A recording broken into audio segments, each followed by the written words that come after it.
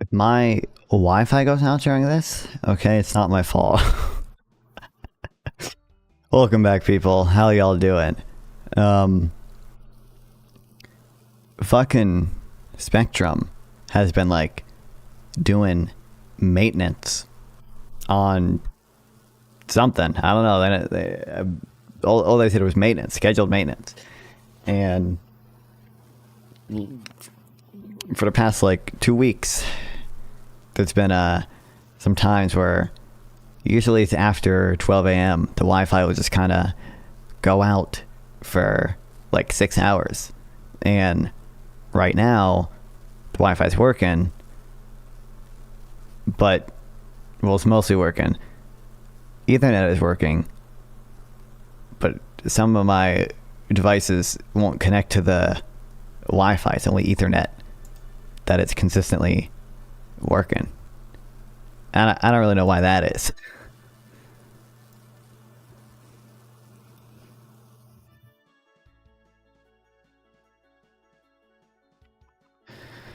That's why the TV behind me is not on.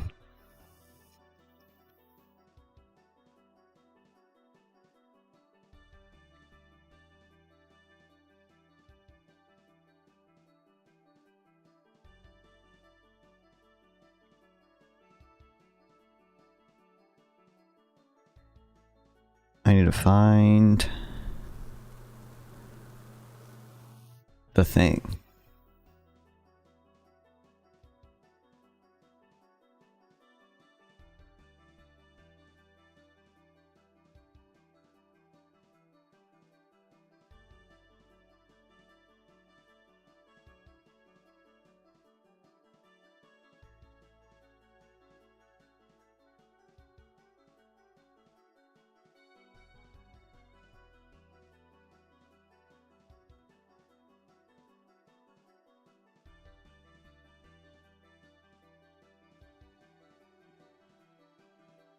Also, we're gonna hope my audio's not fucked up because I fucked with shit.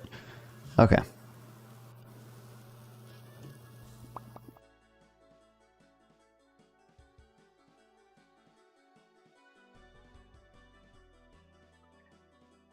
What the hell? Sulfonated, nitrated, or nitrosalted hydrocarbons?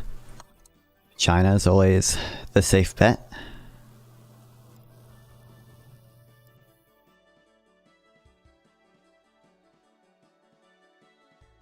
Alright, we're gonna get started soon. Let me just run through this. Okay, US, Germany's probably on there. I'm gonna guess Japan is there, but I could be wrong. Okay, Japan is not on there. I don't know what number 1 would be.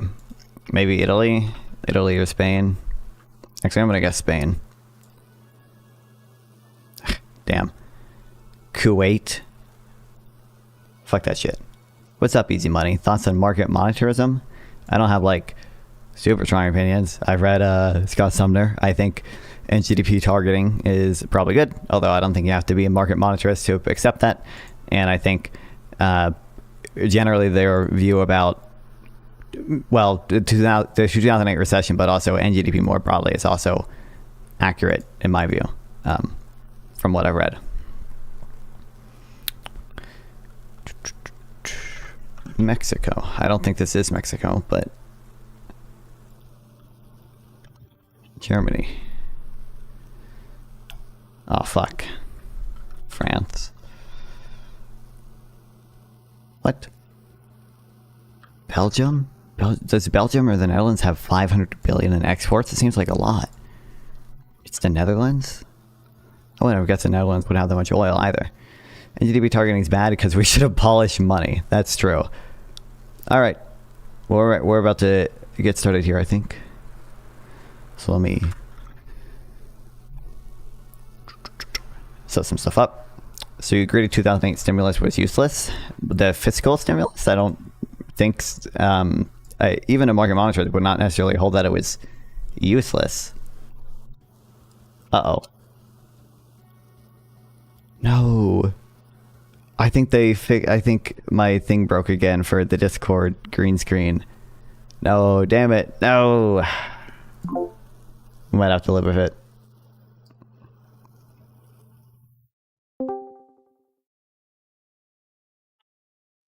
What's good? Hey. Yo, how's it going? Let me turn on my camera. Yeah. Nice to see ya. Yeah, nice. Give me 1 second. Oh yeah, you got it. Oh, well, we can keep trying. I want to try to fix one thing first for my stream setup, but I don't think I'm going to be able to, but I'm going to try. Hey, yeah. Give it a shot. Yeah, I don't think. God damn it. Okay, I have one. Surely this will fix it. I have one guess. Nope. Damn. That's unfortunate. Okay, well, I'll have to live with it. Okay, regardless. Well, I reached out to you a while ago this point. But yeah. But you were hard to find. Okay, I've reached out to a lot of Jubilee people. You were the hardest to find. But I reached out because I saw you initially. I saw you talk to Destiny and Adam Mockler at one of the Unfuck America events, and you were talking mostly about like economic policy stuff there. I thought I forget even by now the exact context of it or whatever, but I think they didn't do a great job at defending some things. And then I saw you a little bit later on Jubilee talking to Adam Mockler, I think. So briefly, if you want to tell people who you are, generally what you believe, if you have anything to shout out, you can do that as well. You can go ahead and do so. So yeah, hi, I'm Andrew Holmes. I'm a student at UC Berkeley, vice president of the Turning Point chapter here, and I consider myself a libertarian. So not exactly like a partisan, but very much like a conservative libertarian, I'd say. And yeah, basically just love politics, love debate. So yeah. Yeah. So I guess I think what you and Destiny Adam Mockler were initially talking about when I first saw you guys is the big thing was about essentially like Trump's tariffs versus like Kamala's unrealized gains tax, and I think there were some other economic issues you touched on. I guess there were two. It came down to was unrealized gains tax. Yeah. So I think there are kind of two ways of viewing this that they or you guys didn't really separate out in that conversation. So one is you can think of kind of like what optimal policy like would be, and like, you know, just sort of like in a vacuum, essentially, like what is it it would unrealized gains tax or tariffs and whatever other policies that we think both sides have, like which ones would be worse. And then I think there's another way of viewing it, which I think is the one that matters for how you vote, which is sort of the expected value of your vote, where you're weighing sort of how bad the policy would be versus how likely it is to happen. So I think when you're voting, you should be weighing, you know, like even if you think unrealized gains tax would be worse than tariffs, you should also be weighing the fact that Trump is way more likely to do tariffs than Kamala would ever be to do a unrealized gains tax. Now, the flip side of that also is if Harris did get an unrealized gains tax, it would probably stick around for longer if it had to, you know, go through Congress. But I guess, does that make sense to you? And do you generally think that you should be voting kind of based on the expected value there? Yes and no. Like when we're talking about expected value, I think you also should generally vote based off of I guess this is part of expected value, but I think very much the competency of the person you're voting for is a factor. And I think even if I like give the most charitable interpretation and say like Kamala's policies wouldn't have been passed, it's still the fact that she's proposing these policies on her official platform, I think is a problem in itself. Because again, ultimately what we should be voting for is what politicians are forced to represent in order to gain votes. Basically, we should vote for whoever our better option is. So expected value in a sense, but I think it factors in a lot, basically. Sure. And I, to a degree, I think that factors in as well. But I think, for one, Trump's, like, a lot of Trump's ideas were insane. I think the tariffs are quite insane. I think some of the ideas he has on housing are, you know, they're not going to be as catastrophic or anything, but they are quite bad. You know, and the way you know, even the way his rhetoric on things and the way he talks about tariffs, like, trying to convince people that Americans don't pay tariffs, saying insane things about like trade deficits and stuff. And even for the like when they were doing the reciprocal tariffs, like talk about competency, the formula for those reciprocal tariffs was just like a totally like made up bullshit. And they even used one of the studies that they cited or whatever for like the elasticity. They cited the wrong elasticity of tariffs with respect to prices from that paper. So I think you've seen a lot of incompetence there. And another thing I think you should consider with regards to, it is related to competence, but it's also the sort of any issues that we might have with like rent seeking or like corruption. I think, you know, with the tariffs and with many of Trump's actions generally, you see Trump take the opportunity and businesses take the opportunity to try to get, you know, exemptions for only their products or whatever, or, you know, they try to grant Trump something in return for some exemptions on or favorable rules or contracts or whatever. That's something I don't think you would see with the unrealized gains tax. And I think also just in a vacuum, there's probably I think an unrealized gains tax would be net bad, but I think there's almost certainly a stronger case for unrealized gains tax of the type Harris was proposing than the tariffs that Trump has been proposing and doing.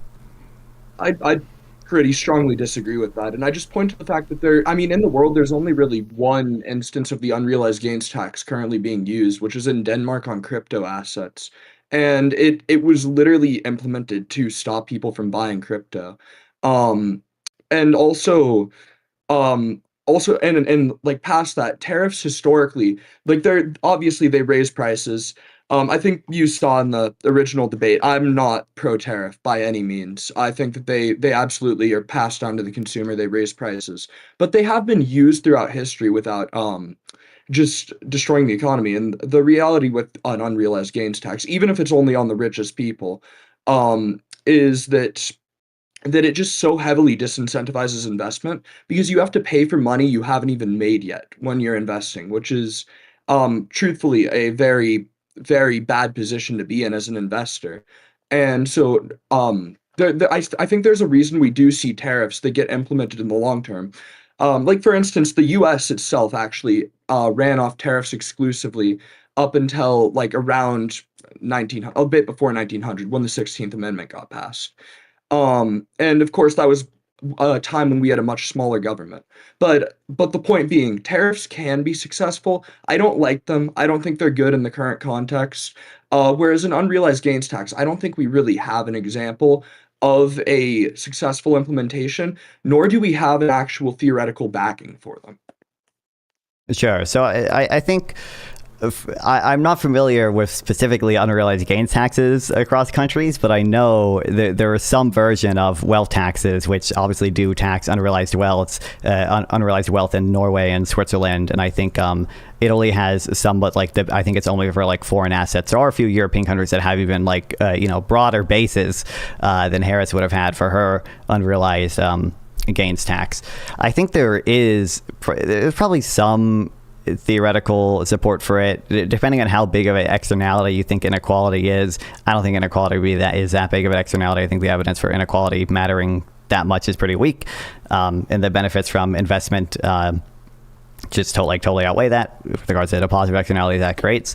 But I think if you view inequality as a substantial issue, then there could be a theoretical basis for doing an unrealized gains tax. And there is that would also reduce, there's an issue with the current capital gains tax called the lock-in effect, where because you're penalized for when you realize the gains, that disincentivizes you from realizing a gain, so you can shift your money to more effective assets. Essentially, the unrealized gains tax, by taxing unrealized gains, although it would reduce just a total after-tax return to investment, and that would have a negative effect on investment, quite obviously, it would also minimize the lock-in effect there. So for the capital you still have, it might actually be allocated more efficiently, although I doubt that'd be enough to outweigh the just big hit to investment that you would probably see from unrealized gains tax.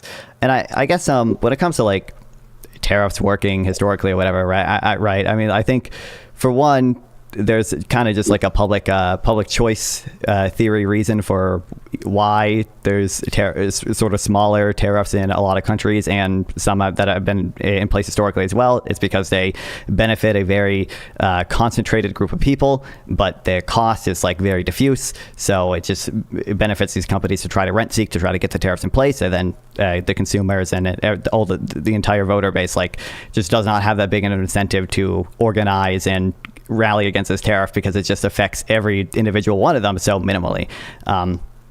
And obviously you mentioned when we did run off of tariffs historically, that was, our government spending was, I think, 3% of GDP, or up to like 20% now. If you include state governments, we're at like 30%. So obviously I don't think that type of stuff could work today. And really that's to say nothing of the, when we say tariffs are working, I think you can use tariffs to raise revenue. You can use tariffs to incentivize domestic production. But so in that sense, they can work, but it doesn't mean they're really efficient, right? There's still deadweight losses to doing even the smaller tariffs that many countries have now and we have had historically. Yeah. So first, I kind of want to address the inequality as an externality, because I actually think even if you do accept inequality as an externality, the basically disincentivizing investment, I think, is the worst thing you could do to help people who are lower in society, because economic development historically is the thing that has helped them the most. I mean, we see this with the quality of living just in the US, throughout the 250 years of its existence, has like exponentially risen. Nowadays, most people live a better quality of life than the wealthiest did back in 1776. And so I actually think even if I did accept inequality as an externality, I think that disincentivizing investment would be a not a very good idea for that. And then on the effectiveness of the tariffs, when I'm talking about them being effective, I don't mean they actually like are good. I don't like tariffs again. What I'm saying is they're not like completely destructive to the economy, the same way I think an unrealized gains tax absolutely would be. Because again, they do raise prices, but in all practicality, it is basically just a sales tax to an extent. I mean, that's like an oversimplification, but like in all practicality, and yeah, I agree. Like it does not help domestic production. I'd agree with that too. It's just again, I don't think they're as destructive as an unrealized gains tax would be by any means.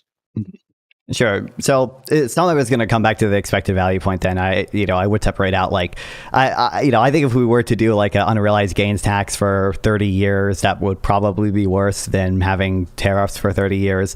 But I also think like you should, we're not talking about like tariffs in any like, well, we've had higher average effective tariff rates historically before, but like, we're not talking about the type of tariffs that we had, 50 years ago or like slightly higher tariffs. We're talking about like blanket 10% on everything, plus an added 60% on China, plus an added, 20% on the EU. I think that's been negotiated down by now, but like all of these like quite high tariff rates, and also on, intermediate goods, right? They're not just placed on final goods. I think, a consumption tax, a sales tax is like generally pretty efficient in terms of taxation. But when you place, tariffs on intermediate goods, inputs that company use to make other goods, that gets you closer to something like a corporate tax. That's something that is not particularly efficient, right? You're not even helping domestic producers with a tariff at that point. You're punishing both producers and consumers. You're just shifting supply to the left. And I think also with the way they have been implemented, the uncertainty effects from the tariffs have been pretty bad as well. Just the uncertainty has probably reduced investment to some degree, has probably slowed consumer spending to some degree, at least relative to the counterfactual. And I don't think it would have the same type of effects with a unrealized gains tax. You would have like some stuff as it like worked its way through Congress. You would probably see rich people start trying to shift assets or hide assets into other things or whatever. But I don't think the sort of uncertainty effects there would be nearly as big as what we're seeing with the tariffs, or the rent-seeking effects as well. Okay, so just to make sure I have it clear, you're saying that the effects of basically the uncertainty and then the rent seeking with just the increased prices and whatnot, coming from the tariffs, you'd say is like what you'd expect that to be more detrimental than like an unrealized gains tax would be.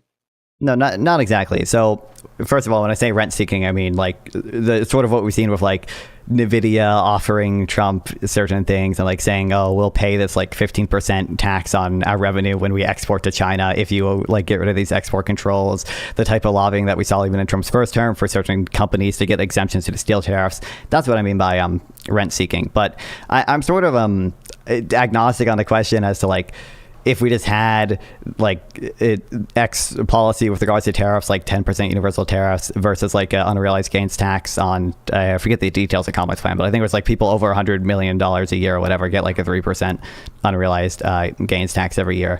Like, it would depend. I don't know. I don't know for sure which would be like a total and net bad, but I think my point would be generally one, the sort of expected value of voting for Trump is worse, considering he like for sure was going to do the tariffs, right? And that's obviously been revealed. It's not clear that Harris would have ever gotten what she wanted with the unrealized gains tax. In fact, she kind of stopped talking about some of her more left-wing policies like the price controls and unrealized gains tax as much later on, because a lot of people got mad at her, and to some extent really so.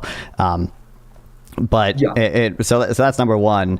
And then number two would be, I think, there are other things that Trump do that with regards to the economy that I think you should also consider that we can get into more later. But like, the stuff with the Federal Reserve, I think it's a pretty low chance that Trump will actually end up like significantly altering Fed independence in any way. But because like, diminishing Fed independence to a meaningful degree is like quite a horrible thing. The sort of expected value calculation there, like even if he only has a 5% chance of doing it, it's still going to be like hugely negative. The certain cuts to welfare that the big beautiful bill and stuff has, I don't like as well. So okay. And I would say just real quick that you saying like, oh, we have this evidence from tariffs historically, I'm saying like that's not quite analogous to what we're seeing now, because if you go back far enough, we did, but in no modern time have we had the type of high tariffs that we have had now, especially with the constantly changing rates and uncertainty and such. But yeah, go ahead. Yeah, so first off, in terms of the expected value calculation, first off, it was a 25% unrealized gains tax, which is pretty drastic. Like that is going to heavily, heavily disincentivize investment. So, and I mean, investment's not something you're going to immediately see the effects from it in the short run, but there's very much like bad, like longer run effects. Even I'd say like a few years down the line, you'd see those sorts of effects. For like a year or two, you might not notice anything crazy, but ultimately it will have effects in the long run. And so tariffs, I think Trump's tariff or like with his tariffs actually, um, first off, I think the problems we see with them are much of a more short run thing. The Supreme Court struck them down, which I think was good. And so again, they seem to be a very much temporary bargaining tool kind of thing. And yes, in terms of the historicity and like that not being analogous, um, I don't fully think it matters for my point here. My point is just that it would not destroy the economy in the same way. Or in the way that I think just disincentivizing investment. Further actually on expected value with Kamala, I'd add I think her economic policies were truthfully like kind of incoherent. The unrealized gains tax was one thing. She also wanted to increase the capital gains tax, further disincentivize investment. And then she also wanted to give 25K indiscriminate first-time homebuyer grants, which would just raise housing prices by laws of supply and demand. And we've seen that happen in the U.S. and states before that have done a first-time homebuyer grant. And then she also wanted to give child tax credits, which she labeled as tax cuts, which is pretty disingenuous because that's actually just relabeling more welfare because she said she would pay for the tax cuts by taxing the rich, which I also don't think she would have been able to get the amount of money from taxing the rich to pay for those child tax credits. But I digress on that. And then in terms of the Fed, yeah, I'd agree with you. Like, there's just no chance that he's really doing it or that he's going to cut Fed independence or do anything significant. Um, do I think his behavior around the Fed is bad? Yeah, but like he hasn't or he's not actually going to do anything. And I think he has actually said multiple times that he's not going to do anything in terms of the Fed. And then on the cuts to welfare, actually, I would just argue that I'm fine with that. The first off, the cuts to welfare for Medicaid was just increasing work requirements. And then obviously like the USAID cuts and that sort of deal. But even past that, I think we have a very much over bloated federal budget. We are going to hit a wall with the debt someday.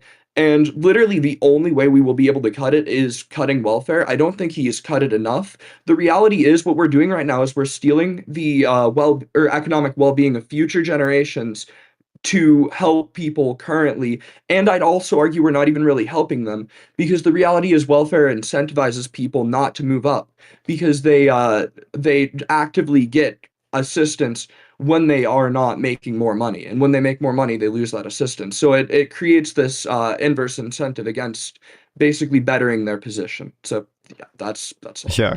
I mean, I think, so I would say any tax that taxes like capital goods is going to reduce the capital stock, and now it's good. The type of tax is gonna, that's gonna have an effect on a magnitude. But the fact that tariffs tax intermediate goods, they tax that machines coming into the U.S. right, that is also going to affect investment. That is going to affect the capital stock of our country. The uncertainty also is going to affect the decisions over how much to invest and such. And I think that is even if we say this is a short-term bargaining thing, I think number one, there could actually be more uncertainty added for that, right? There would not be as much uncertainty if Trump just said 10% on everything and I'm just going to leave it there. The fact that we have so many weird deals or whatever with random exemptions for things, I think adds to the uncertainty, and Trump seems to change his mind and do these pauses a lot. And most of these deals, not most of them, basically all of these deals, number one, many of them are obviously phase one non-binding agreements or whatever that are interim, and we'll see how far they actually get. But all the ones that are either in that stage or have gotten a little bit further still keep up tariffs on our side. We made a deal with Vietnam and the UK, but we still have 10% tariffs on all or most of the products coming from there. And those are still things that are going to hurt U.S. consumers, and to the degree that they're intermediate goods, U.S. Producers as well. And, I just want to be clear. So I think there's a chance that Trump ends or curtails Fed independence. I think it's pretty unlikely that he will fully end it, but I put maybe a 5% chance on he will curtail it to a meaningful degree, such that there's sort of baked in higher inflation expectations, or just long-term interest rates go up because people are more worried about it. And if we're concerned about the deficit, I think kind of some of the worst things you could do are increase deficit spending, which I think is likely that Trump is going to do. Essentially every estimate of even the dynamic effects of a big beautiful bill have it raising deficit spending over the next 10 years. And you would also attack the Federal Reserve to make inflation, long-term inflation expectations rise, right? I think that is kind of the worst combination of things that you can do to try to address a deficit. Obviously, Doge did not make any meaningful savings for the cards through the deficit, and they seem to have, mostly wrapped up their at least the big things that they were doing. With regards to the welfare point, that'd be a wider conversation, but it's my understanding that most people who get welfare are essentially people who don't work or can't work, or essentially shouldn't be working, people who are elderly, or children who maybe have some capacity to technically work, but we have kind of decided as a society these are not kind of acceptable people who we want to work.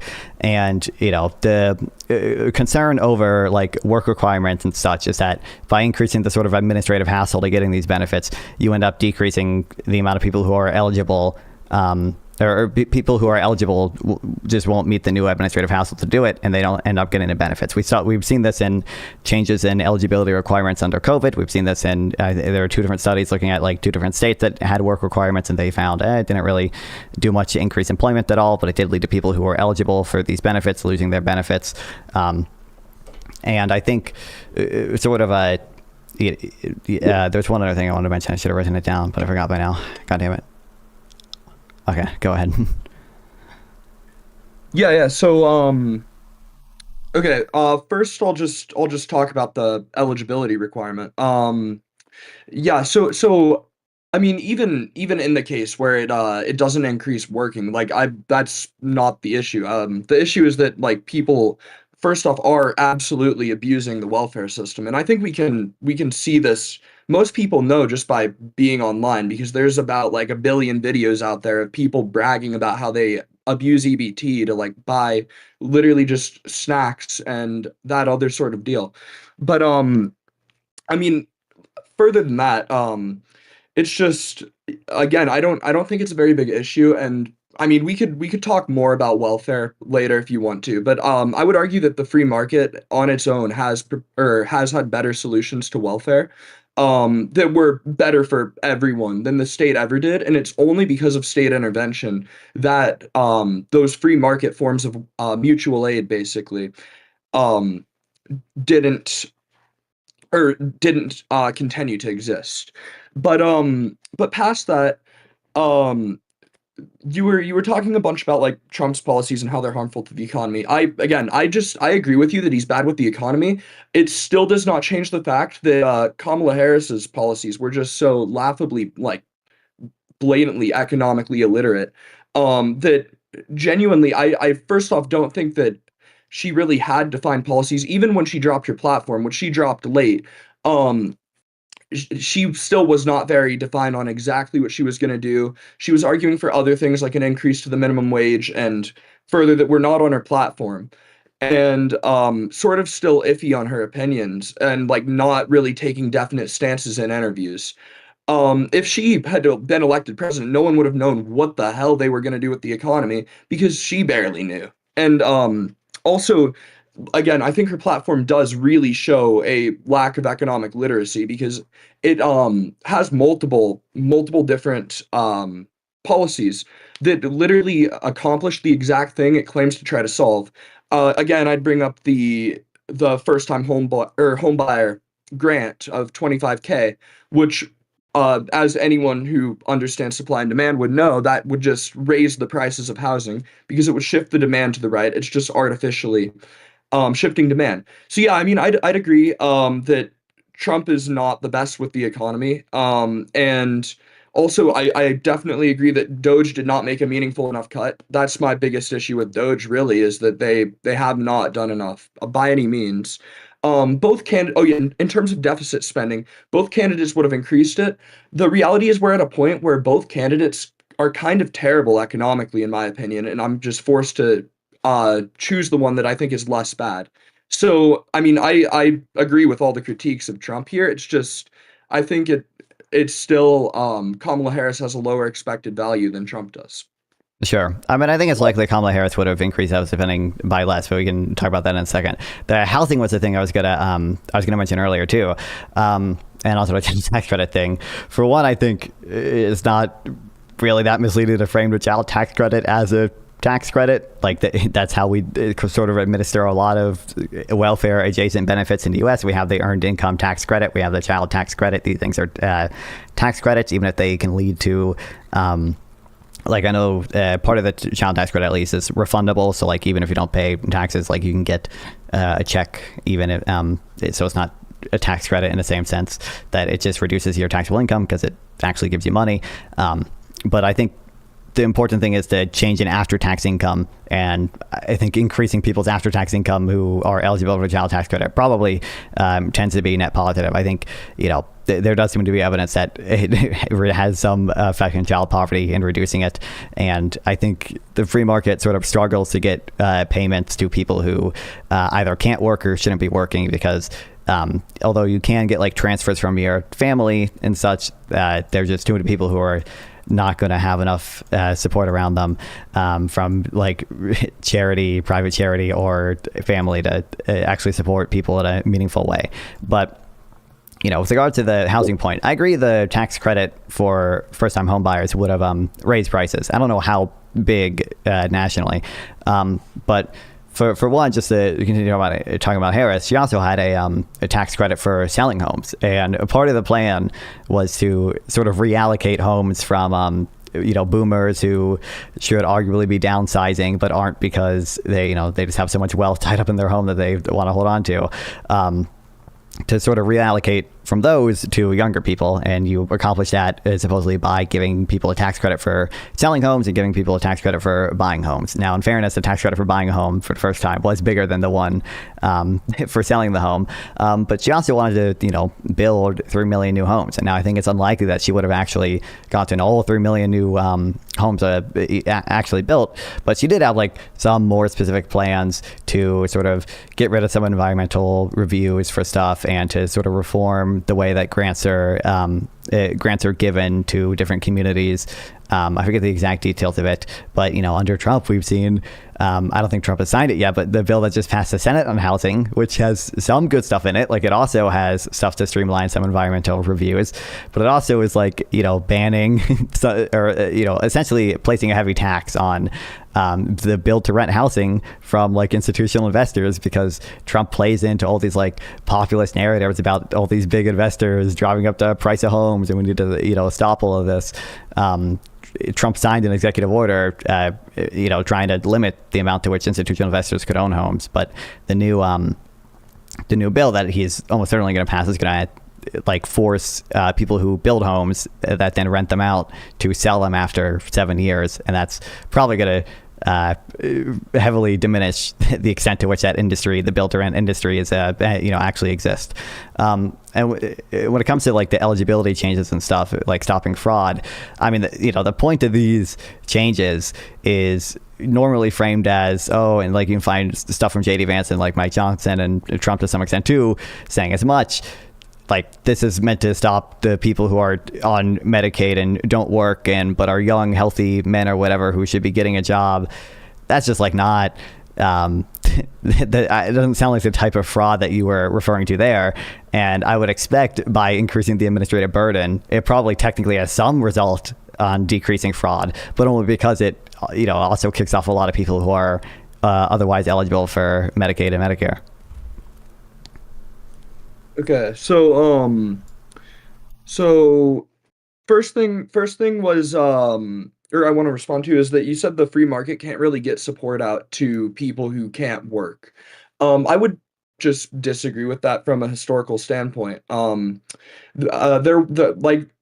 This is very brief because this is kind of an in-depth topic, but there were these societies back pre FDR, way back in late 1800s, early 1900s, called fraternal aid societies, where people for a very cheap membership fee could get their basically all their medical needs covered for a year.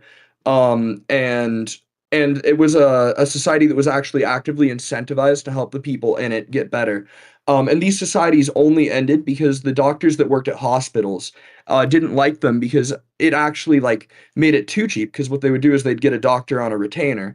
And then they wouldn't have to go to the hospitals, and that doctor would just serve basically the lodge. It was a lodge contract. And so they banned that, and then further there was just more increasing government involvement in welfare that caused this free market solution to end.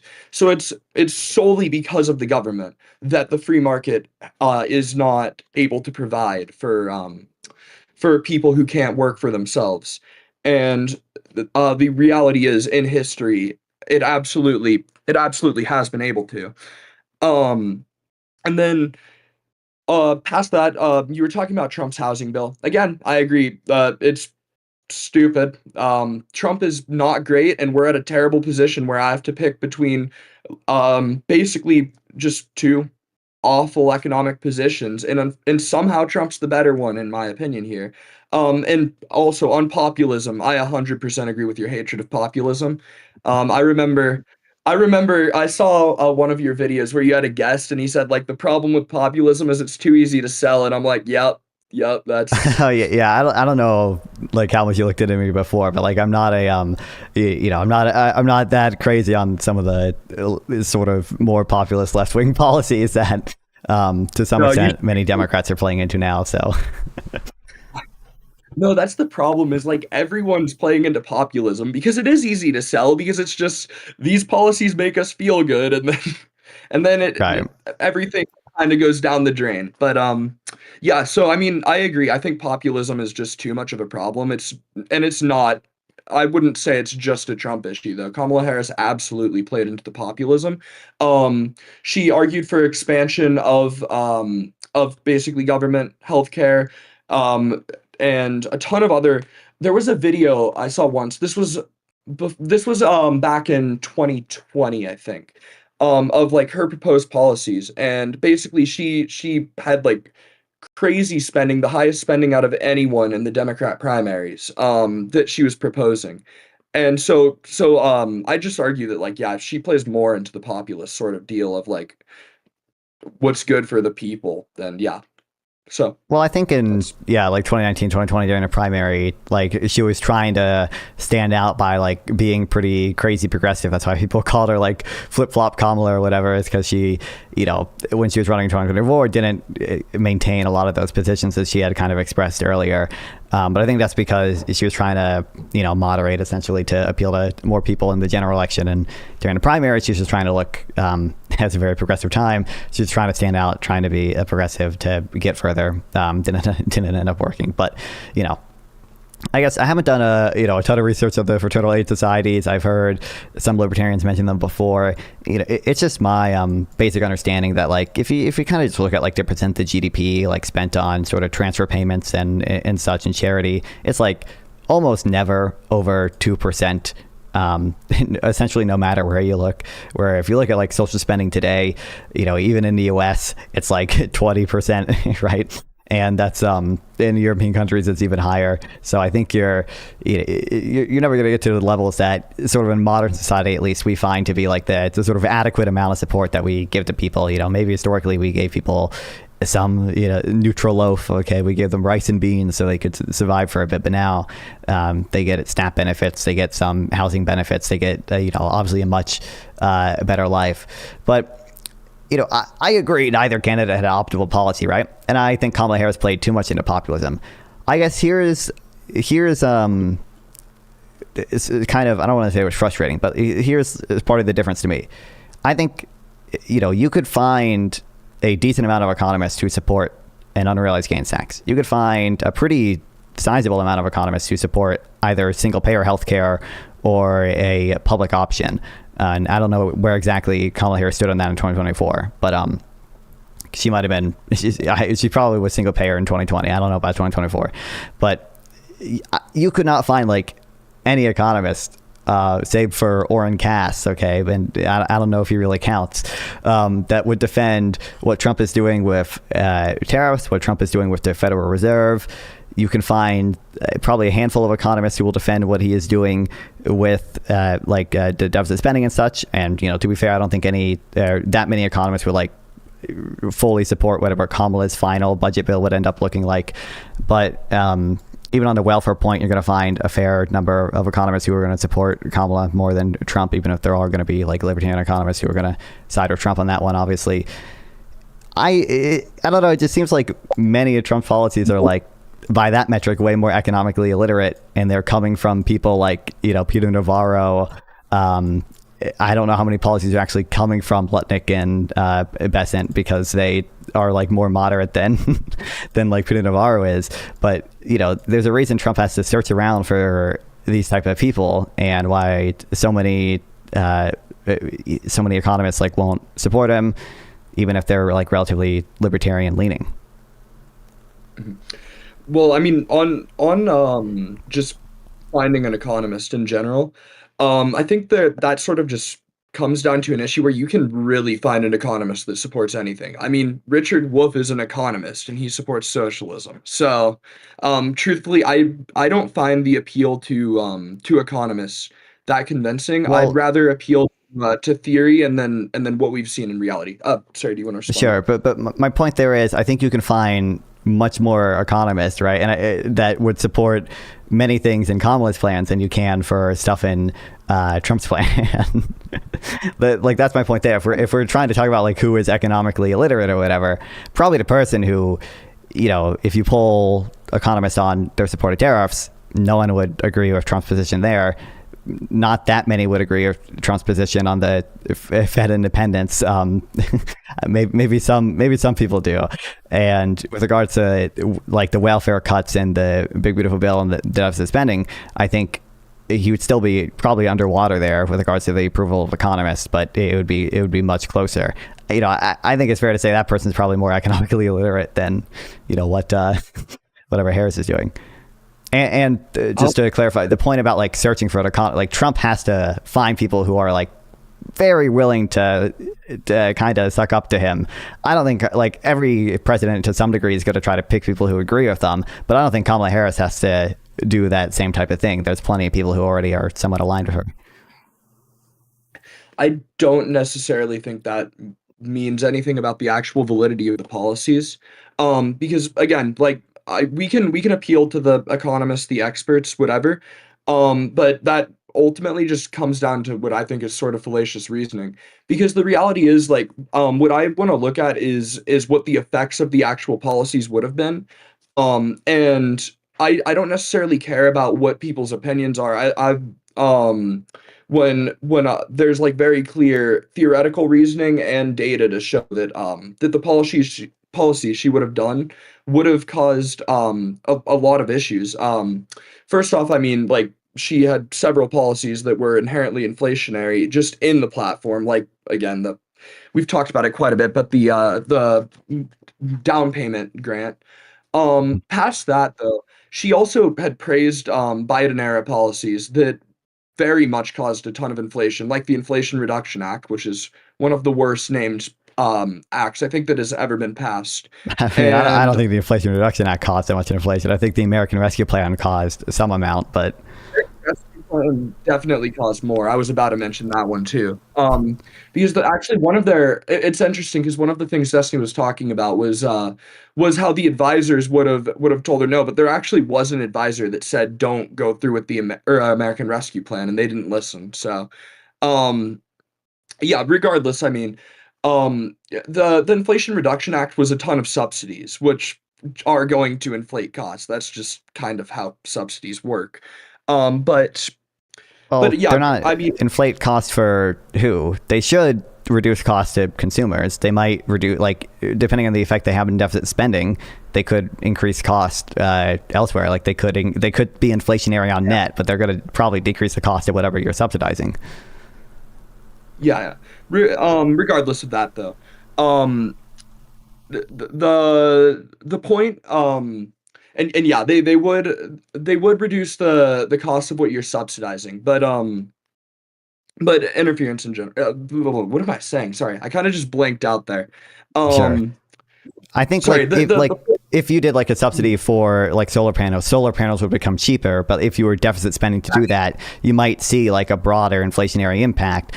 Although maybe not a good example because electricity is an input to a lot of things. So maybe by reducing the price of electricity, you would kind of offset that. But like the Inflation Reduction Act, although I don't know if there's new estimates on this. From my understanding, probably won't turn out to be actually deficit neutral, but it was designed to be, in theory, deficit neutral. It was supposedly paid for with certain tax increases. So I think there's not reason to believe that was particularly inflationary. The American Rescue Plan probably did have some inflationary impact, but it's not clear to me exactly how big the effect was. I would say like it's plausible for sure that it was like maybe 1/3 of kind of peak inflation was from American Rescue Plan deficit spending.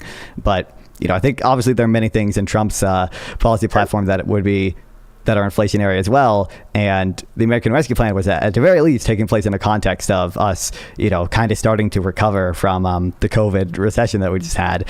Trump is doing a lot of the things that are inflationary, attacking the Federal Reserve, the tariffs to the extent they are, depending on what definition of inflation you use, to deficit spending. All those things are inflationary, and it's just like, I don't think the circumstances justify it in the same way they could plausibly justify many of the American Rescue Plans. Yeah. Regardless, I don't want to get caught up in the particulars of Biden era policies. Yeah. I think. Um, American Rescue Plan, I would agree, caused most of the inflation that came from the policies. But regardless, the point being, like, Kamala's policies in themselves were far more inflationary and also just disincentivized investment, which would have caused a lot of long run harm to the economy.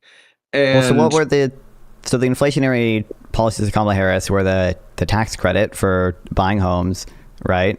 yeah, And what else? The child tax credit, just circulating Okay. more money. That's going to cause inflation. And then what else? There's a third one. I'm forgetting it. Um, anyways, yeah, I I think those think two in them. I mean, it's not clear to me that I don't know how big the net effect of the housing tax credit would be if she did get some, at least to some degree. She also accomplished her goal of building new homes, and the tax credit for selling homes would presumably help offset to some extent the fact that more people are going to be buying them, that you're also going to have more people selling, and hopefully more people, like more boomers downsizing from their empty nest homes into more reasonable, smaller homes or apartments. So I don't think the net effect of that would be that big. I don't know how big exactly, but I also think it probably increases home prices to, for example, deport many of the workers who work in construction, and to put tariffs on the lumber and the steel and all the inputs used to build houses. So it's not clear to me that even on housing that would Harris's policy there with regards to raising prices would be any worse than Trump's policy, and the new banning the or taxing essentially the build to rent stuff. Wait, sorry, taxing the build to rent. Oh, you mean the yeah, yeah, Yeah, yeah. there was that bill. Um, Trump hasn't passed yeah, it yeah, yet, yeah. but Oh, yeah, yeah, yeah. No, so the first thing I'd say is like I don't think that's the one we should really focus on because I think the most detrimental one was just like the child tax credit because it was I think like up to like 6K a person. It would have been um 1.5 trillion or something like that, just an extra money circulating. That would have been insanely inflationary. And yeah, in terms of the actual like how much the the down payment grant would have increased. I saw a study somewhere that said like 4%. So it's not like I mean that's significant, right? But like that's not crazy crazy. I think like crazy Mhm. would have been the child tax credit that just circulated trillions in extra money. Yeah, I think it was up to $6,000, but I'm not sure the exact cost because you had to be below like a certain income threshold. I think for 6,000, I think you probably had to have more than one kid. But I'm really not. Are you saying it's 1.5 trillion over the next 10 years? I would assume. Um, I believe so, I wanna say. I'm not sure. I don't remember the exact, figure that but yeah, it was something like that, yeah. Yeah, I mean, I think obviously the inflationary impact of that would depend on, what the Federal Reserve's response was and if she was going to pay for it with other types of tax increases, which at least she had some plans to, even if many of the tax increases were also not optimal at the very least. But it it seems unlikely to me that would be like substantially inflationary. I think it would be to some extent, because it is probably the case that whoever you're giving a child tax credit to have a higher marginal propensity to consume and buy stuff than whatever the government was going to do with the money. I think that's plausible. I don't think the effect would be particularly big, especially given presumably the offsetting the Federal Reserve would do in that case. I think that would which is another. I mean, I think Trump, by doing sort of stagflationary policies like the tariffs and adding the uncertainty around the tariffs and increasing deficit spending, I think he's putting the Fed in a much harder position to sort of, and also to some extent the, oil prices that I think have come down a bit by now, but that the war of strikes in Iran are causing, that dealing with that is a much bigger issue for the Fed than dealing with like just a sort of more standard tax cut that the child tax credit has. And I do also, I would just ask, like, do you think, is it conceivable to you that the child tax credit expansion could have like a effective reducing child poverty or just a sort of well-being of lower income households? Could that affect, at least in theory, do you like ever offset the inflationary impact you think it's going to have? I mean, wait, you're asking if like the reduction of poverty could offset the inflationary impact? Sorry. Yeah, like if it was going to cause like, let's just say 0.5%, that's probably a lot, but add an inflation every year, but it also, like, let's just say reduce child poverty from 10% or whatever it is to 5%. Like, would that trade-off, do you think, would be worth it? Or is there any point at which the trade-off would be worth it? Any point at like which the trade-off is worth it with the reduction? So what I'd say is like this just more goes to like what my actual economic views are. Um, Potentially, I don't know, but like I'd say ultimately, I think what would be the most helpful for the impoverished children that are basically struggling because of money getting taken from taxes that they're getting back through tax credits or would just basically be to like cut taxes, which neither candidate really does. So that gets to another issue, but I still do think it's inherently inflationary, and inflation, regardless of whether or not that's what we're talking about here, it was the biggest issue at the time of the election. And then further, that's also those two policies would cause very much short run inflation that would last if they maintained. But the disincentivization of investment would have caused basically long run price increases from the supply curve or from the supply shifting left. And so even then, even if that is worth it, I still think that the disincentive towards investment ultimately it does cause too big of an issue. Sure. I'm trying to find just the estimate of how much their child tax credit was going to cost. I think it is. I think it's.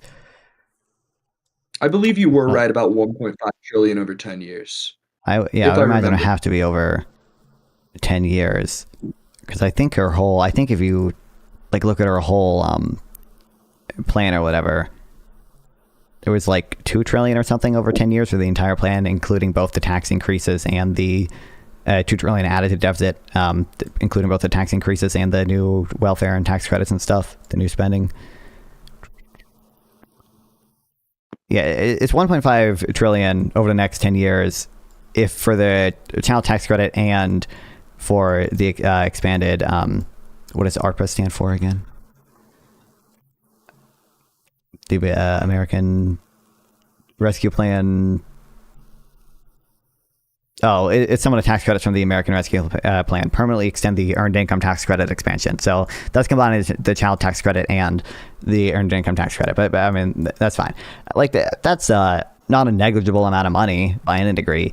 But I would not expect that to have like a substantial degree to which it increased inflation. And it's my understanding. I wish I had like better causal evidence on hand for this. I think I have stuff cited in a blog post like forever ago, but it's my understanding it did have a substantial impact on child poverty. Now, like child poverty, I think fell. It was like cut in half during the COVID time. Not all of that is going to be due to the child tax credit. It's going to be due to other, things that happened during COVID. So you'd have to do more work to sort of address the causality of it.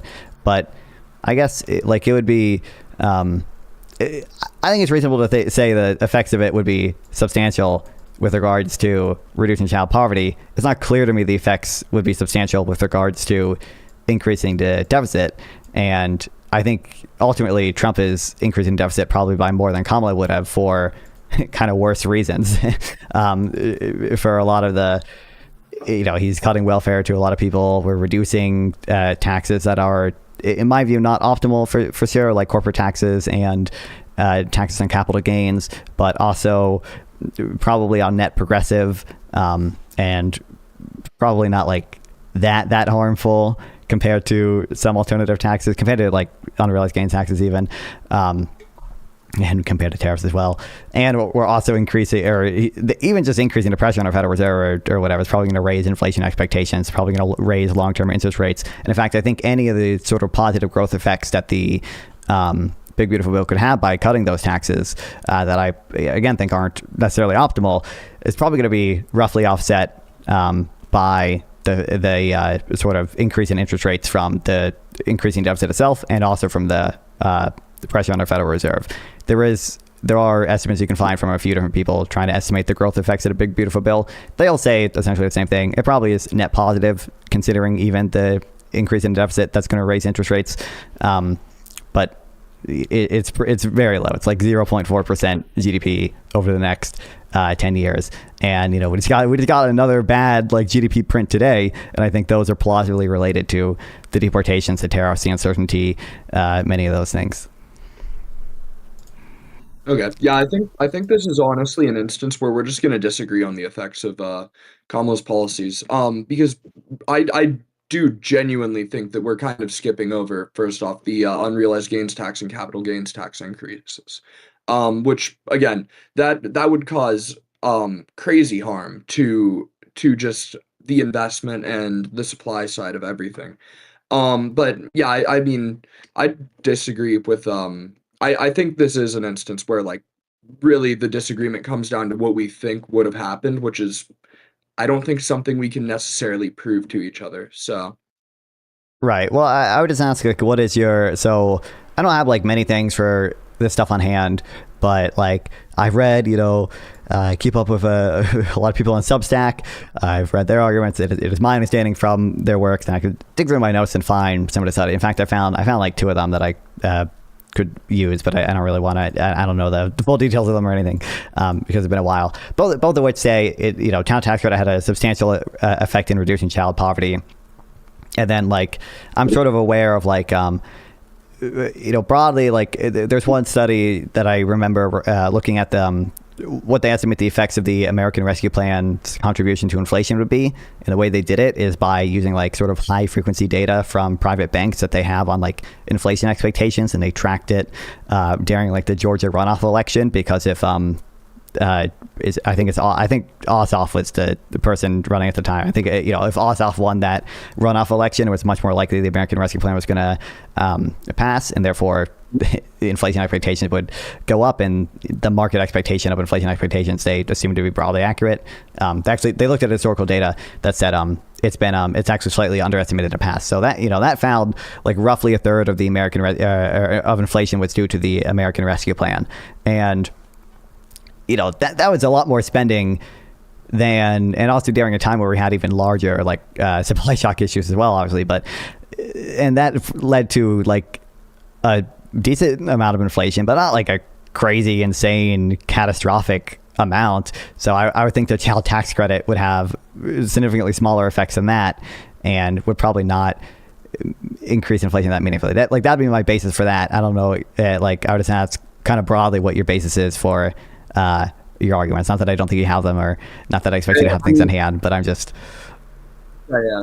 I mean, the basis for the argument is pretty simply that like inflation was the biggest issue at the time of the election. And so I think having inflationary policies on the platform, which already came out late, and this is just what was on the platform. Again, like she was saying a lot of things she backed off from by the time of the platform, and then like you said, I think she backed off from even some of the things on her platform and her talking.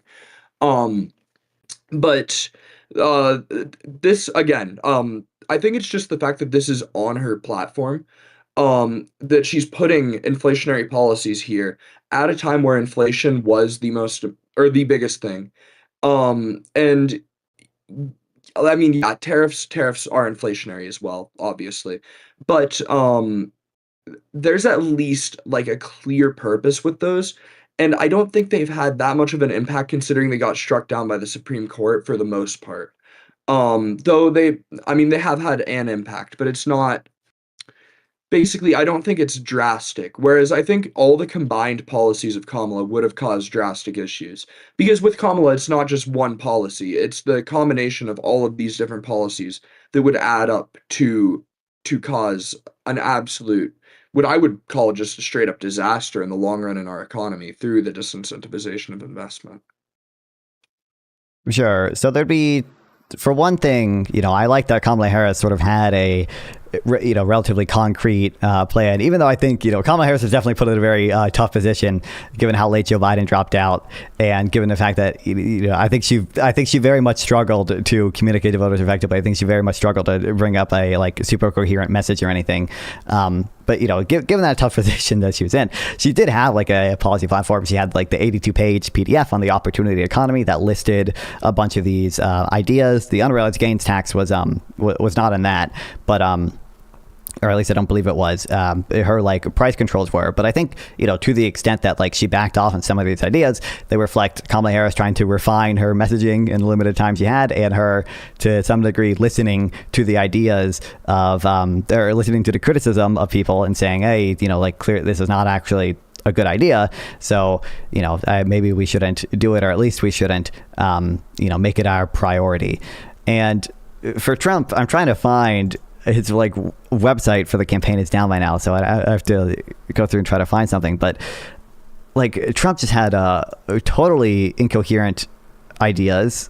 I think. Oh, I found it with regards to the economy. His policies were not almost like anywhere as specific. Like number 3, end inflation and make America affordable again. And like that's like the whole thing. I know what some of these are like basically contradictory. Number 5, stop outsourcing and turn the United States into a manufacturing superpower. And then number 13, keep the U.S. dollar as their world reserve currency. I mean, if you want to talk about economic illiteracy, like those are almost directly in conflict. Part of the reason that we don't.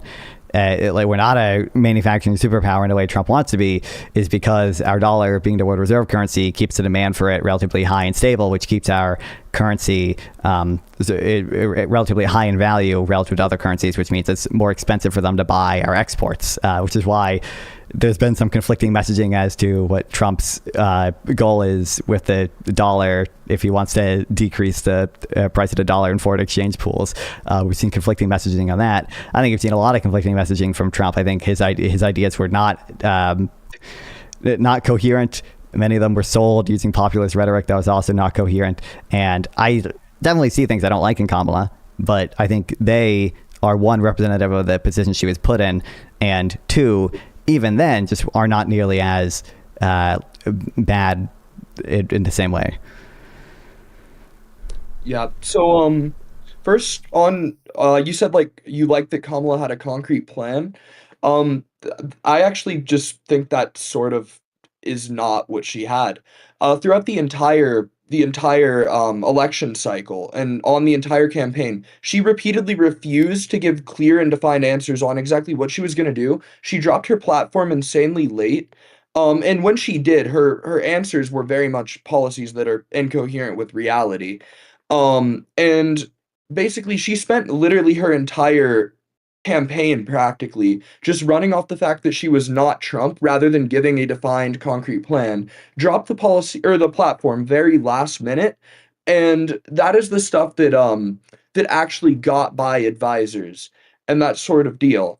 Um the She also tried to distance herself from Biden, which I find to be extremely strange because again, if she does believe in the party she did, I understand why she would distance herself from Biden, of course, given the time.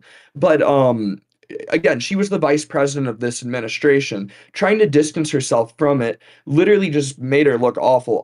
So I don't think she had an even remotely concrete plan, even when she did have the platform, because I think she was still iffy about the stuff on the platform. The reality is, I don't think Well, Kamala I think Harris had so. any I mean, I'm degree of speaking economic. in somewhat of relative terms here, but like it was relatively late. I think she released it only like a month or 2 before the election. There's not a date on here, but like she has her 82 page PDF about the opportunity economy. I can link it to you. It's not, some pages are devoted towards pictures. Okay, the font is big. It's not like a incredibly like super ultra detailed policy, but there are like policies that are like somewhat thought out in here, like the tax plan that she has. It's like, oh, we're gonna extend the Tax Cuts and Jobs Act for people making under $400,000 a year. Like that's a pretty like concrete plan in comparison to many of the things that Trump was proposing and talking about in his platform. The expansion of the child tax credit is in here. Some of her housing plans are on here.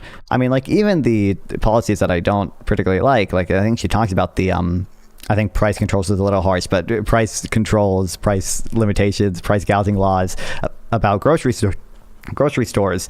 Even though I think that's a pretty like not a good policy. Like it's like saying in here, well, she didn't write it, but like they're like, oh, we're going to use the laws that states have on the books about this stuff. I think like 44 states already have like laws in this thing as a model for what the federal government is going to do. So like even the stuff I don't like, that's I think much more concrete than much of what Trump had. I mean, expanded the ACA subsidies. I would again disagree because you have to put it in context of also exactly how she was acting during the campaign cycle, and she was very, very unclear about exactly what she was going to do in any interview. She actually barely took any interviews for running for president, which was crazy. She only took basically softball interviews. She was again, she would refuse to give very clear and detailed statements on what she was going to do. Trump was very clear about exactly what he was going to do. He said he ran on the tariffs. He ran on I think he was talking about no tax on tips before he got elected. He was definitely talking about extending the corporate tax or cuts. And so again, I think with the context of exactly how the candidates were acting, just the platform itself being clear isn't enough because the timing of when it was dropped, and also the fact that she just was not at all being clear at any point of the campaign and her Mhm. speaking about her policies. I think Just that I just think that reflects more of a messaging issue from Kamala with regards to some of her policies. I don't think first of all, I do think at the end of the day, her policies were more coherent. They were more thought out. There was a actual plan behind them. Trump had sort of lines. He obviously liked tariffs. Essentially, everyone knew that he was going to do tariffs. It was never clear how high or on what countries or when he was going to do them. I remember doing a lot of debates back then about tariffs, and half of MAGA people would tell me, oh, it's going to be so great. We're going to have 60% tariffs on everything. And half of them would tell me, no, he's not actually going to do that. He's just only going to put 10% tariffs on some Chinese stuff or whatever. It's all just rhetoric, right? Nobody knew what he was going to do with regards to that. Nobody knew whether or not he was serious about mass deportations. Nobody knew, exactly what most of the things would look like. Kamala Harris definitely had a messaging issue. She definitely did not do enough interviews. She definitely, came off as unsure of things, as flip-flopping, as not having a coherent plan on many of these interviews. But I think for the most part, she and I think she struggled to separate herself from Biden and stuff. So she was kind of put in a difficult position where she didn't want to criticize Biden too much because she's her vice president, his vice president, and it'd look bad to sort of backstab him, and voters would be sort of weirded out by that. But they also really did not like Biden, so it's hard for her to ride that line. So I think she was put in a difficult position and had a hard time messaging.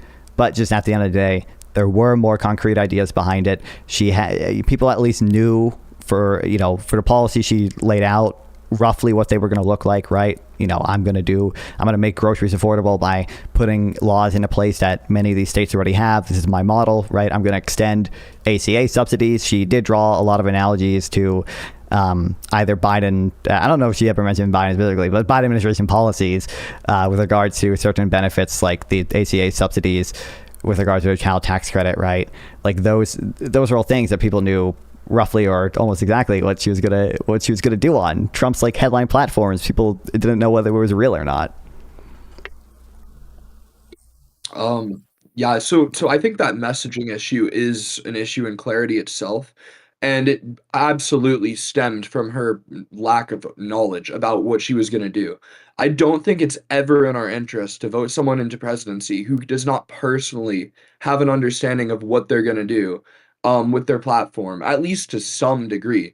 And so I think the flip-floppiness and her constantly touting different ideas and the late platform, all of that messaging issue is an issue with her because again Do you she think any of Trump's messaging issues with regards to constantly saying eccentric things with regards to no one knowing whether or not he's trolling, any of that, for one, just reflects a personal misunderstanding of things? I don't know if Trump knows how trade deficits work. I honestly don't know what Trump knows about trade deficits. I honestly don't. And also just reflects, I think, more broadly, his kind of poor character, I would say. So again, I'd agree on Trump's character. I really don't care to defend him at this point. I did on Jubilee, which was a mistake. That was honestly the biggest debate mistake I've ever made because I don't care about his character. I think he's awful in my opinion. With his rhetoric and stuff. But and yeah, I don't think either candidate was very economically coherent. The thing I'm baffled by is how incoherent Kamala was. Um, Again, if this is the real problem is just the fact that she genuinely did not know what she was doing. She didn't understand the impact of any of her policies. She flipped on the issues constantly. She put out the platform late. I, And then even when she went and sort of softened off of certain points of the platform during the thing. I don't think that reflects a development. I think that reflects uncertainty, which is not something we'd want in the leader of the biggest country in the world, or of the most I, powerful country in the world.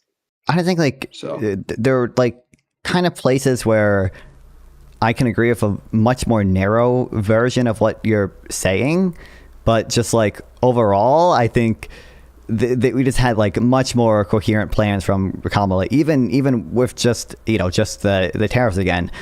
No one knew whether he was really going to do them or how big they would really be. There's still a ton of uncertainty around that. People like even the messaging on them currently and in the lead up to during the campaign, like it was contradictory. He said we're going to have manufacturing again. We were going to raise a bunch of revenue, and we were going to. There's one other thing I forget by now, but like those two things are obviously in kind of contradiction to each other. To the extent people are buying domestic goods, you're not going to have as much revenue. To the extent where you're getting revenue, it's because people are still buying foreign products. There's a third thing I forgot that was also in contradiction with both of those things. But like, so the messaging there was not even coherent. And then part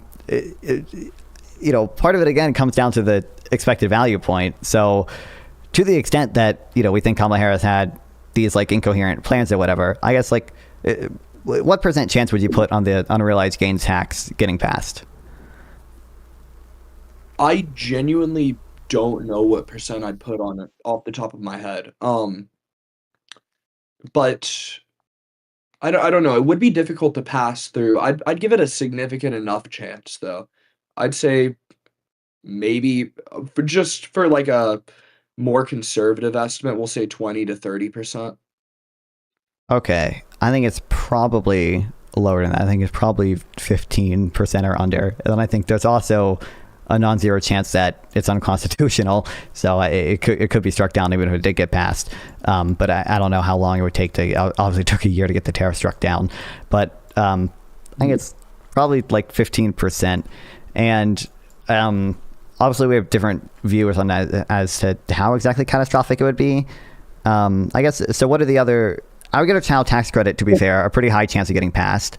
What are the other Kamala policies we really don't like, and what are the like percentage that we get them done? Yeah, capital gains tax increase. That one I'd give a pretty high chance. Then there was of course the first time home buyer. That one I'd give a chance. There's also policies that she talked about a ton that weren't on the platform, like increasing the minimum wage, which I think would be disastrous for the job market. That one I would have actually given a pretty decent chance that she ended up doing at some point. Um, and yeah, so I mean, I think I would I give pretty good odds to and then more likely than not that if she wanted to do the capital gains tax increase, which I think would have not been catastrophic either. I think it was like 20 to 28%, right? I think that's probably net bad. I think there are better taxes, but I don't think I wouldn't weight that as being like catastrophic. I think that is like probably 60% chance of getting passed or whatever. Minimum wage, I think, would be much lower, depending on how high. I'm assuming she wanted $15 an hour at least. I would assume there'd be enough Democratic senators even that would be opposed to that would have a hard time getting passed, but maybe I'm mistaken in that.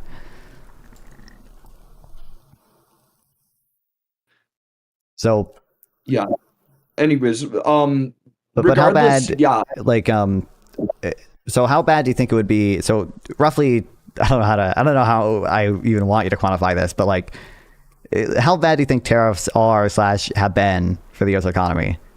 Like in terms of like, let's just say like kind of percent of, like how much do you think they've affected job growth? How much do you think they've affected GDP growth? How much do you think they've affected prices?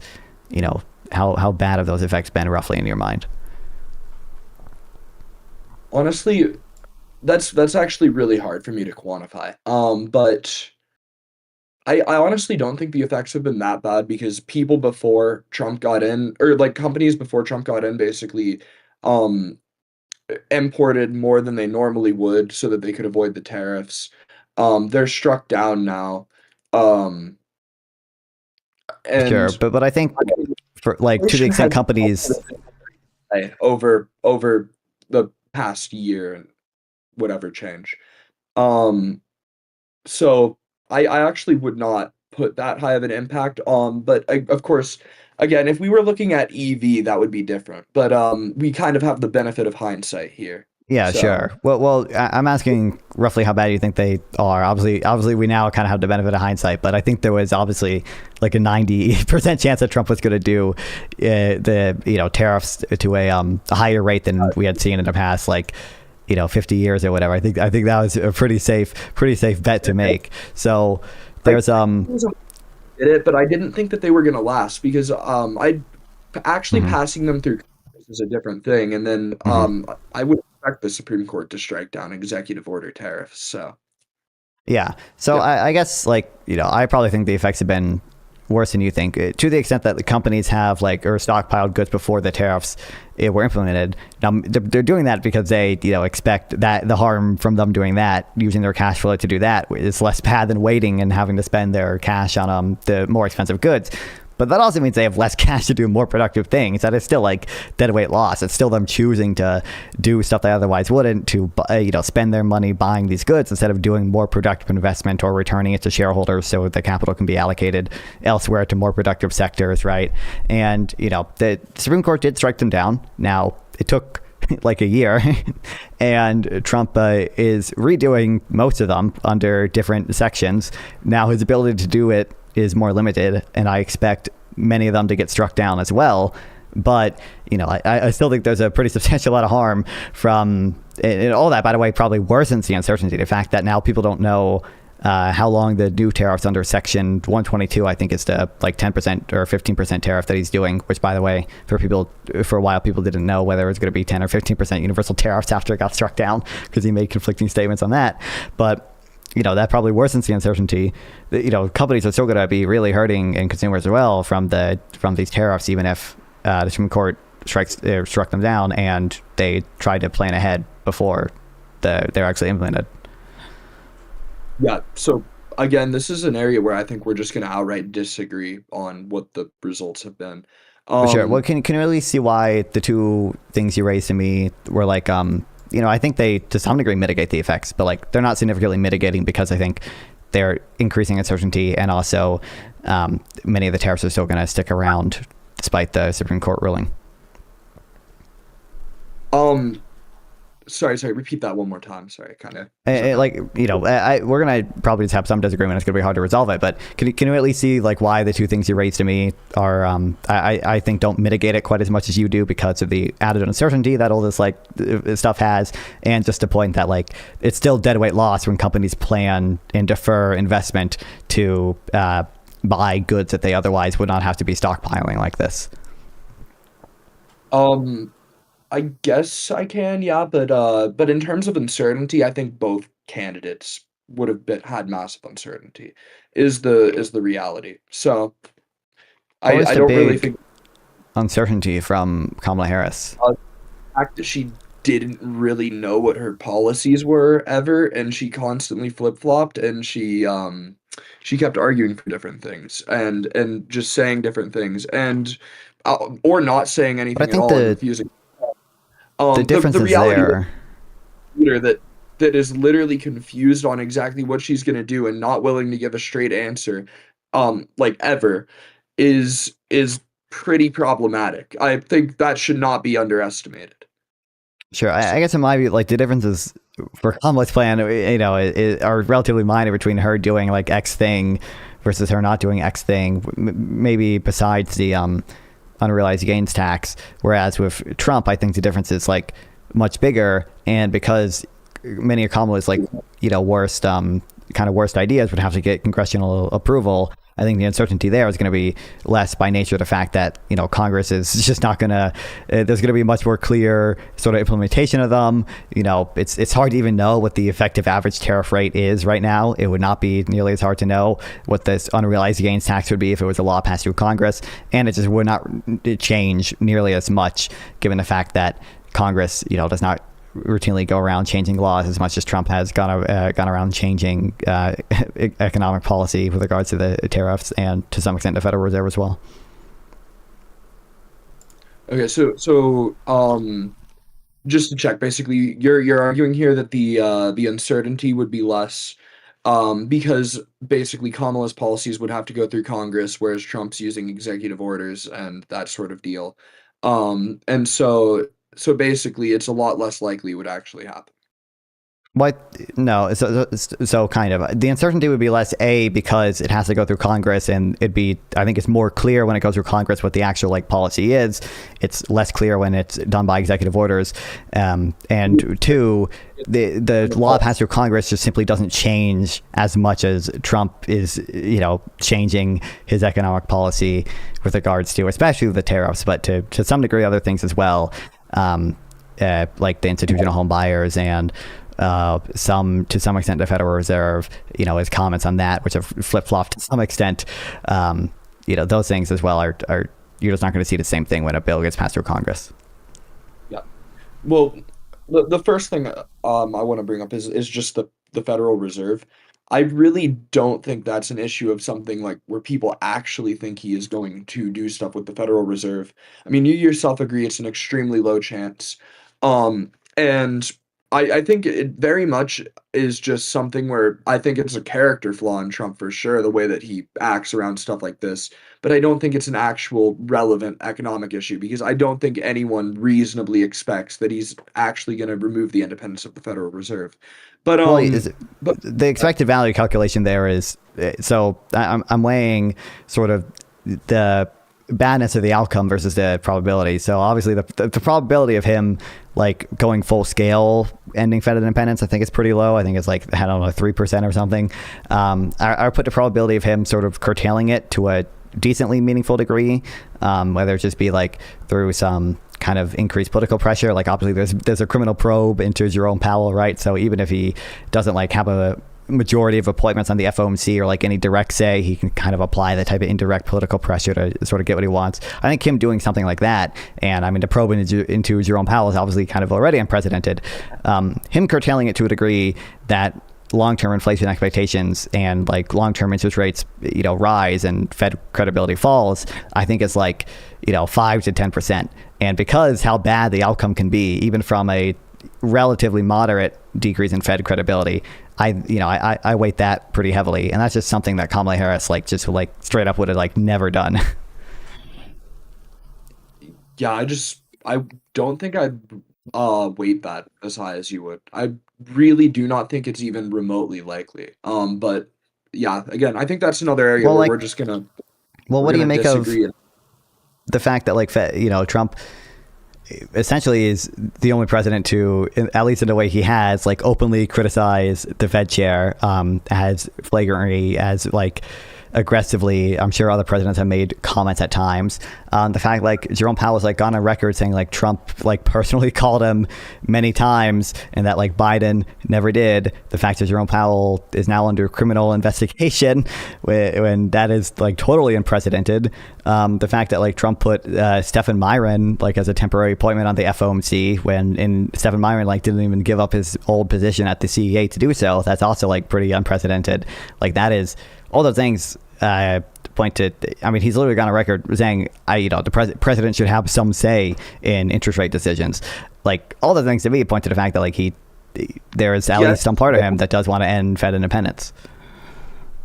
First off, on him saying that presidents should have some say in interest rates, I think that one is pretty clearly an instance where he's being hyperbolistic, as per usual. Which, again, it's a character flaw, certainly.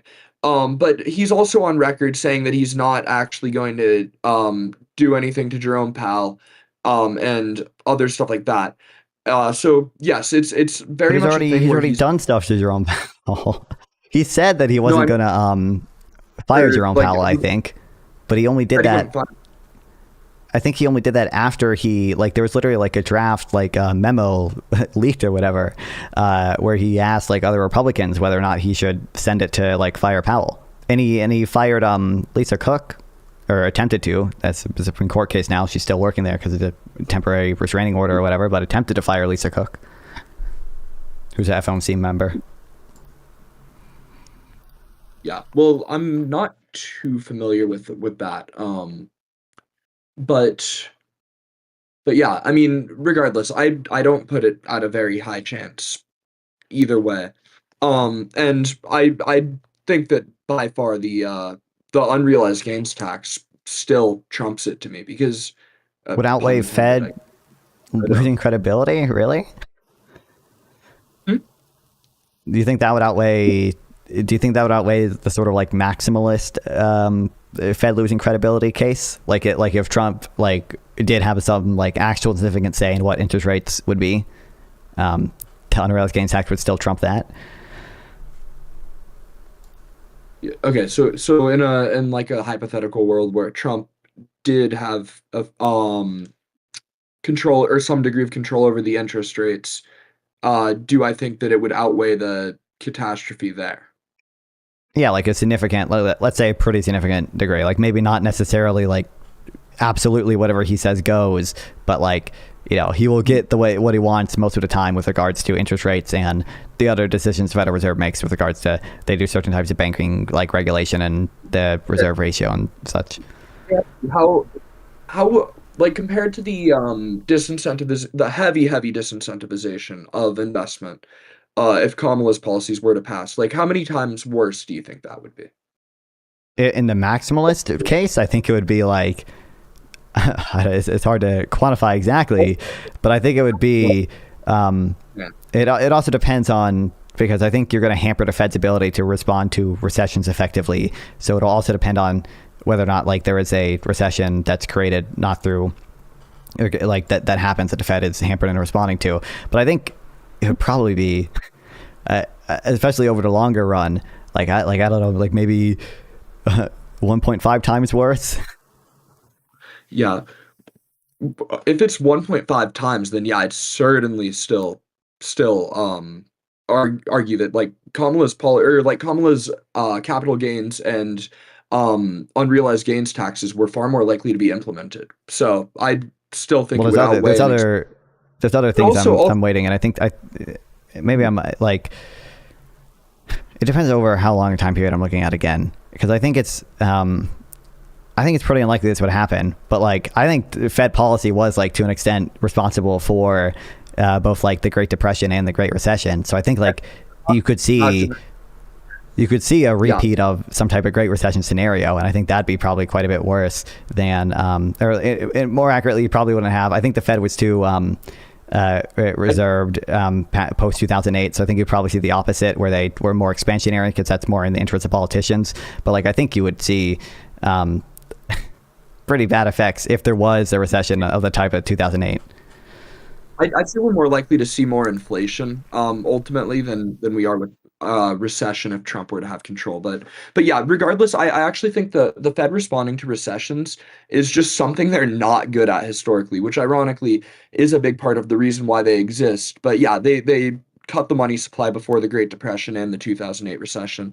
Like you said, I'm pretty sure it's happened other times as well, but like those are the two big ones everyone knows. Yeah. And so ultimately, I don't think the Fed's a very effective tool at stopping recession, is what I would argue. But yeah. Well, certainly it'd probably be less effective if it was subject to more political control. I think it would become more inflationary, for sure. Because I think it would be more inflationary too. Yeah. Because I mean, of course, I think that's just natural, right? Like people like getting stuff. So politicians do their funny little populist thing where they give out all the free candy, and then everyone takes their share, and then it causes inflation. And so yeah. Sure.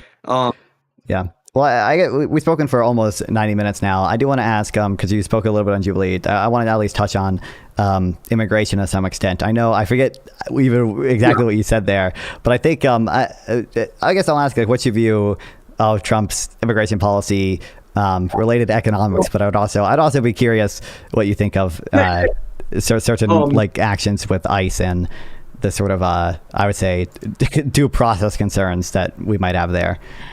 Yeah. So yeah, my my view isn't like just simply like I think it's good or bad. It's a little more nuanced than that. So ultimately, I'm actually somewhat so I do agree with like what I said on Jubilee about basically I think it causes issues when you have a welfare state having mass immigration. I think those issues are more statewide issues than they are like countrywide though. Now, because I've done more research into it, and basically, as it seems, it or at least from what I've looked into it, certain states definitely have like a net fiscal drain from illegal immigration, but like the I don't think the country as a whole does. And obviously, I understand like having more workers is going to boost the economy. Like that's a Hmm. no-brainer. Um, but um, but I mean I do think there is a degree of like just cultural I guess shift that needs to be protected from because ultimately I think there is a big issue of like we need to preserve the freedom or the culture of freedom that we have in the US, and I think immigration coming too fast without assimilation can cause issues there. Um so to that extent I would support or I support like obviously I support securing the border, and then I more so prefer when basically people who have committed actual crimes that are or not just like crossing the border, but like like people who are out like Like either raping or violent crimes or like significant property crimes. Like, yeah. yeah, I I think guess. I think the best policy gets rid of the illegal immigrants that are specifically committing violent crimes that are a clear degradation to society. I would criticize Trump's immigration policies to an extent, just because I mean he boosted the pay for ICE, decreased the training, and I think we've seen. I dispute on well Renee Good. I think Mhm. her case was like awful but awful, where it's like if you get hit, I don't think you should shoot someone in a moving car. I think that is an issue with the training, but ultimately, I think it's a natural reaction. I think. Um, Mhm. the Well, I guess. Alex Preddy one, and there was a misfire, but I do think regardless, I think it's irresponsible to have it be so incentivized um and then like simultaneously decrease the training. And I think you get people that should not be in immigration enforcement and immigration enforcement. So I'm not like the biggest fan for or Okay. against it, I'd say.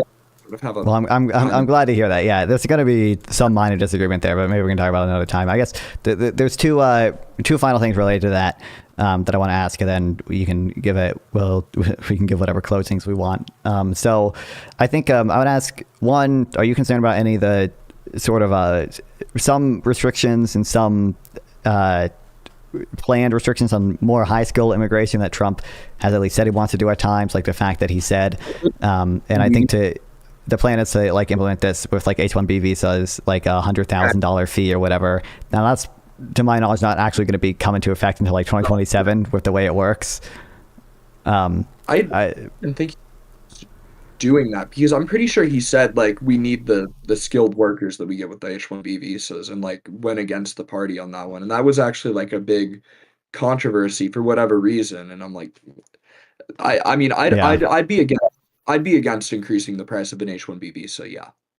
Yeah, I think, yeah. Um, he announced a plan to do it, but like from my memory with the way the like system works, it's like we already have like all the visas for this year like filled, so it's not actually going to be in like until 2027 when the fee like is going to come into place. And it's, Trump has been more pro immigration than many, or like high skill immigration than many Republicans. But yeah, I'm glad to hear we were, I, we somewhat agree there at least. Yeah, I would also, those H-1B visas. I'm a big right. supporter of H-1B. I'm a big supporter of emigrating to work. I think that is a net positive for society. So yeah. Great, yeah. And I would also ask, do we have any how much you know and how much of an issue we have with, like, for example, many of the deportations to like Sakat, both on the basis of like I just have kind of general concerns about how humane it is to send deportees to Sakha, especially when it's not even their country of origin. And then more generally, I think what is kind of a overreach of executive power with regards to invoking the AEA, the Alien Enemies Act, to like significantly lower the bar for deporting many of these people, and B, even with that lower bar, still violating their due process rights, not giving them the proper amount of time or the proper venues to declare habeas claims to dispute whether they are actually a subject to deportation under the Alien Enemies Act. Yeah. So yeah, I don't know too much about the use of the AEA. But what I'd say is like generally I think we should try and deport people to like the most humane place we can. I don't know exactly. I'd have to look into like a bunch of things about first off like the practicality of it, and then like also what other options we might have, etc. I can't really give a definite stance like Sure. just off the top of my head for this. Yeah. Yeah. No, I mean, that's fine. I mean, I think with CCOT specifically, we paid El Salvador like millions of dollars to send Venezuelan deportees there. There are clearly better options than what we did, even if we wanted to deport those people, which again, I think, I mean, you can look at it, there's like 2 lawsuits about it, both of which made their way to the Supreme Court and ultimately ruled mostly in favor of the immigrants who brought the case, that like, there were immigrants who were held and only given documents in English, and were transported, onto planes before like the proclamation of the Alien Enemies Act was like even made public, and were not allowed to claim habeas relief. And eventually Trump, the administrator, like the Supreme Court ruled in, it was a case JGG v. Trump, like, oh, you gotta give these people some right to claim habeas. And then like a month later, there was another case, I think WMM v. Trump, that said, oh, actually, the amount of time that you've given these people to make relief claims was just not sufficient. There was just no reasonable way for them to do so. And thankfully by now, the deportees at CCOT have been, they've all been returned, but I think we wasted a bunch of money for nothing there. But yeah, no, I mean, I enjoyed the conversation. If any closing thoughts you have, and anything else anything you want to say or shout out, I know you don't have much. You should do so now. Yeah. So, I mean, I have a YouTube channel now, which is, it's Freedom Andy with 2 Y's. And then, yeah, just thank you for having me. I've had a great time on this conversation. So yeah. Yeah, I had a great time. I'm sure we can talk again sometime. Yeah. Definitely one of the more, listen, for all the different we have. Okay. Glad there's some basis for your beliefs. Okay. Glad we're doing some anti-populist stuff, and glad we have reasonable-ish opinions. Okay. So yeah, I appreciate it, man. Yeah, I appreciate you too. Thank you. Yep. No worries. See you later. All right. But Hell yeah. That was fun. I don't know. I just think the calculation there for some of the expected value stuff is just a little, I don't know, it just seems a little crazy to me. And then like going full on like Kamala's economically illiterate, I don't know, it just seems a little wild to me. We have, there's more stuff to do. I'm not in an extreme or anything, but I am just not sure why the green screen thing that I usually have for Discord did not work. So I'm going to try just like restarting Discord. Oops, I just closed the wrong thing.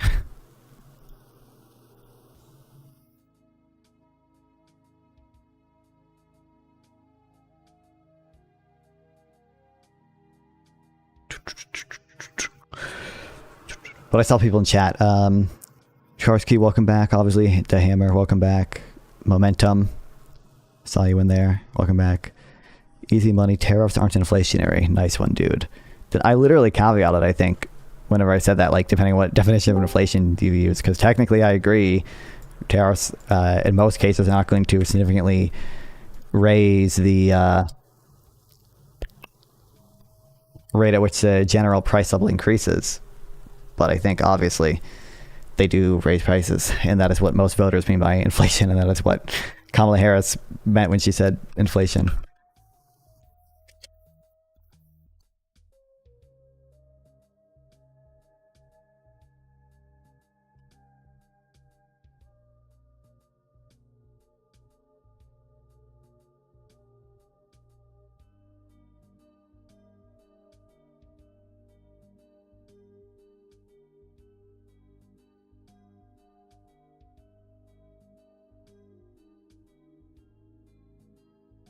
Okay, I doubt anything particularly interesting is going on here. Go ahead, Clay. Thank you, Ryan. So Ryan and Wick were debating whether the U.S. should follow international law on Sarah's stream. As well as Wick, this is actually great conversation, man. We got into theology a little bit. I would actually point you to the next sentence, Ryan, in the declaration after it's not actually not the next sentence, it's the next clause. It says a decent respect to the opinions of who? Mankind requires that they should declare the causes to which they are impelled to the separation. So it's actually referring specifically to opinions of mankind. Who are they appealing to? They're not appealing to God or nature or natural law. They're appealing to other people. Now, those other people would have opinions within nature's law. I do agree that there are laws of nature, but there's also God, right? So these things, but not everybody believes that. So not everybody. Was this whole fucking debate, like, I could absolutely predict it was going to be this, but just like Ryan Malay being like, well, international law doesn't, that has like positive rights in it. That has like rights to food. Okay, that's it doesn't follow the same divinely inspired natural law that our fucking Constitution does. He's going to agree. Ryan, this has been great. I hope you come back more, bro. Yo, I fixed it. Damn, I could have fixed it before, really, if I knew exactly what was wrong. But I hope you come back. So anyway, thank you. Thank you, Clay. James Vagabond, and welcome to the panel, by the way. I'd appreciate if you jump on some more. You kept our IQ level up, too. Thank you. But this is not what I want.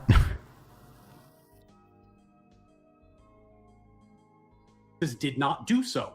Now, is the U.S. seeking to enforce international law, condemns the action, but did nothing else, thus failing in its duty to uphold the law. What happened next was inevitable. TV and Ryan Malali, always Malali. I want to say A, but whatever, I get it. I'll fix it. I'll figure it. The body at the time, and imposing weak economic sanctions, Israel fails in its duty. 1. Japan had just invaded Manchuria. The League of Nations, the body at the time seeking to enforce international law, fails in its duty to uphold the law. Does nothing but send a sternly worded letter condemning their actions. It is 1935. Italy has just taken Ethiopia. The League of Nations, the body at the time seeking to enforce international law, fails in its duty to uphold the law, imposing weak economic sanctions pattern of bite. It is 1936. Germany has just crossed into the Rhineland. The League of Nations, the body at the time seeking to enforce international law, condemns the action, but did nothing else, thus failing in its duty to uphold the law. What happened next was inevitable. When international law was not upheld or complied with or enforced, war descended upon the world, leading to horror and death at unprecedented scale. Since then, the world, led by the U.S., took the lessons from this conflict and the events leading up to it to establish what some might call the international rules-based order. Others, the liberal world order, etc. There's plenty of names for it. We set up a system of treaties, conventions, norms, and laws that govern interactions between nations, organizations, and individuals. And that's what international law is at the heart of it. It is a system of laws, conventions, norms, rules, treaties, etc. that govern how nations interact not only with each other, but with individuals and organizations. These laws don't just cover conflict, but a whole host of interactions. You have the World Trade Organization, which enriches Americans' lives by helping protect things like intellectual property, preventing harmful trade wars, and generally lower costs to consumers. The U.S. helped establish the International Monetary Fund and the World Bank, both crucial to economic stability and helping create and enforce a unified international system of lending and monetary exchange. True. Help head off global economic catastrophes at a fraction. Give me my IMF and World Bank glazing. Let's go. Aviation standards have halved global accidents since 1990, ensuring safe travel and commerce for American airlines. The UPU streamlines postal services. Oh fuck! I just realized I had the background music playing there in that whole fucking debate. Whatever. I recorded it, so I have it saved in a separate audio track. But USPS millions yearly and boosting over $1 trillion in electronic commerce. At least I hope I do. WHO, or the World Health Organization's international health regulations, coordinate pandemic responses, speeding U.S. vaccine development and averting economic hits from outbreaks like Ebola. The U.S., since its inception, has signed over 18,000 international treaties, both multilateral and bilateral, and is currently party to around 200 major international multilateral agreements and treaties. They govern everything from commerce to space. The fact that we're sitting here in our rooms right now and having a conversation is made in part possible by international law governing satellites and their orbits. That said, I'm sure my opponent might point out some specific, okay, dramatic, not writ large. Always done. A couple years of know me, I'm Ryan Malali. I have a channel called Natural Law with Ryan Malali, and I am, I guess it's relevant to this conversation, an attorney. And for the first couple of years, let's see, I practice international law. And no, the U.S. does not have a moral obligation to uphold international law. There's no ought here. Rather, what the U.S. does is what the U.S. has always done, which is that the U.S. complies with international law when it is in the U.S.'s best interest to do so, and does not comply with international law when it... Why are we switching from ought to does. It's not in our interest to do so. Anytime that there's a moral compulsion here, it's because the moral compulsion exists from who we are as a state. It's the sort of thing that we ought to do. It comes from our own interest, it comes from natural law, but the ought never comes from international law. We pick and choose when we comply with international law and when we don't. And that's actually well and good and is part of the world order that Wick set up. It's actually always been our policy in this World War II era, but now people are just kind of catching up and paying attention to it. So what do I mean by that? Well, in case after case, if you look at how international law is structured, it is structured so that the US has the option to comply or not comply. The Security Council of the United Nations is the primary enforcement mechanism for international law as relates to armed conflict between nations. Is a war illegal? Is a US strike illegal? Is the conflict in Iran illegal? These questions are primarily decided by the UN Security Council. But how is the UN Security Council set up? 5 nations, Russia, China, England, France. But what is that? That is the international law. Like, yeah, the Security Council allows the 5 permanent nations to veto it, but that is the international law that we set up, such that, you know, we thought it would I mean, I don't know the exact origins of that rule specifically, but, you know, presumably because it would benefit us and potentially because it was the only way that certain other nations would sign on. So how's that, like, you can say international law is like biased towards U.S. interests or whatever, or like we created the international law to allow us to do, you know, have more wiggle room or whatever, but okay, that's not really... That is the international law. We're discussing whether or not we ought to uphold that, listen to it. U.S. have permanent veto power in the Security Council. So does it violate international law when the U.S. struck Iran, when it struck Venezuela, when it struck the Venezuelan fishing boats? We'll never know, because if it ever came up in the Security Council, the U.S. would simply... The Security Council does not decide whether or not something violates international law. It's not like there are things that the Security Council can do that either like create international law to some extent or enforce it or whatever, but they're not like, you know, to some extent they're the enforcement mechanism, but and their resolutions are binding, at least some of them are binding, but they're not like the sole arbiter of international law. The International Criminal Court can create international law and, you know, international you know, jurisprudence, right? International precedents. They have that ability. They can create international law. There are some rules of international law that are just written down that, you know, you can determine whether or not violate it even without a court ruling. Like, I don't think Ryan Malay would ever say that something is not unconstitutional just because it will never be ruled on. You know, just because the Security Council might never make a determination as to whether, or if not just Security Council, but any judicial authority with regard to international law won't ever make a determination as to whether the Venezuelan boat strikes were against international law. Obviously, you know, analogously, there are going to be things that the Supreme Court will never rule on, but are still unconstitutional, or at least, you know, in Ryan's view, would be unconstitutional. Veto.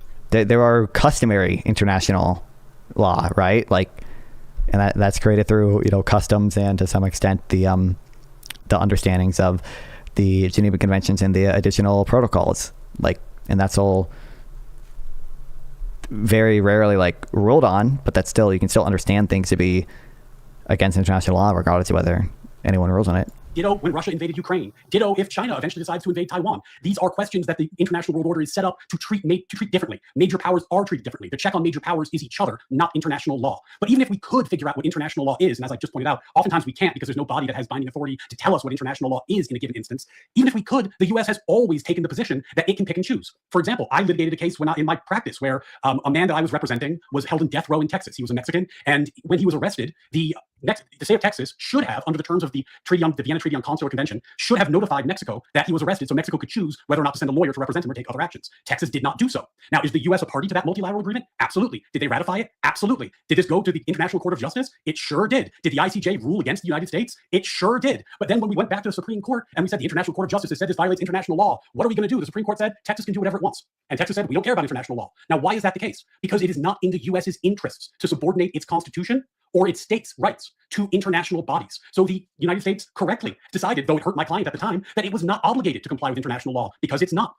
We brought up the WTO. The WTO makes all kinds of trade rulings. When the Biden administration put tariffs on, the Trump administration put tariffs on China for aluminum and steel, and then Biden maintained those tariffs, there was a WTO case, and the U.S. lost. Did the U.S. relinquish its tariffs? No, because it wasn't in the U.S.'s interest to do so, and it was correct not to do. I don't understand. The U.S. doesn't support. I think maybe just because Ryan views what is in the U.S. interest as like almost wholly aligned with what morality is, because for one, he's I don't want to say nationalist, but like fundamentally cares about the utility of Americans and or his fellow citizens more than the utility of people elsewhere, and thinks that the Constitution and Declaration of Independence, or more specifically, America's a propositional nation and the propositions laid out in the Declaration of Independence and yada yada yada, because the law of land here is based on like those principles that he also just thinks is what morality fundamentally is.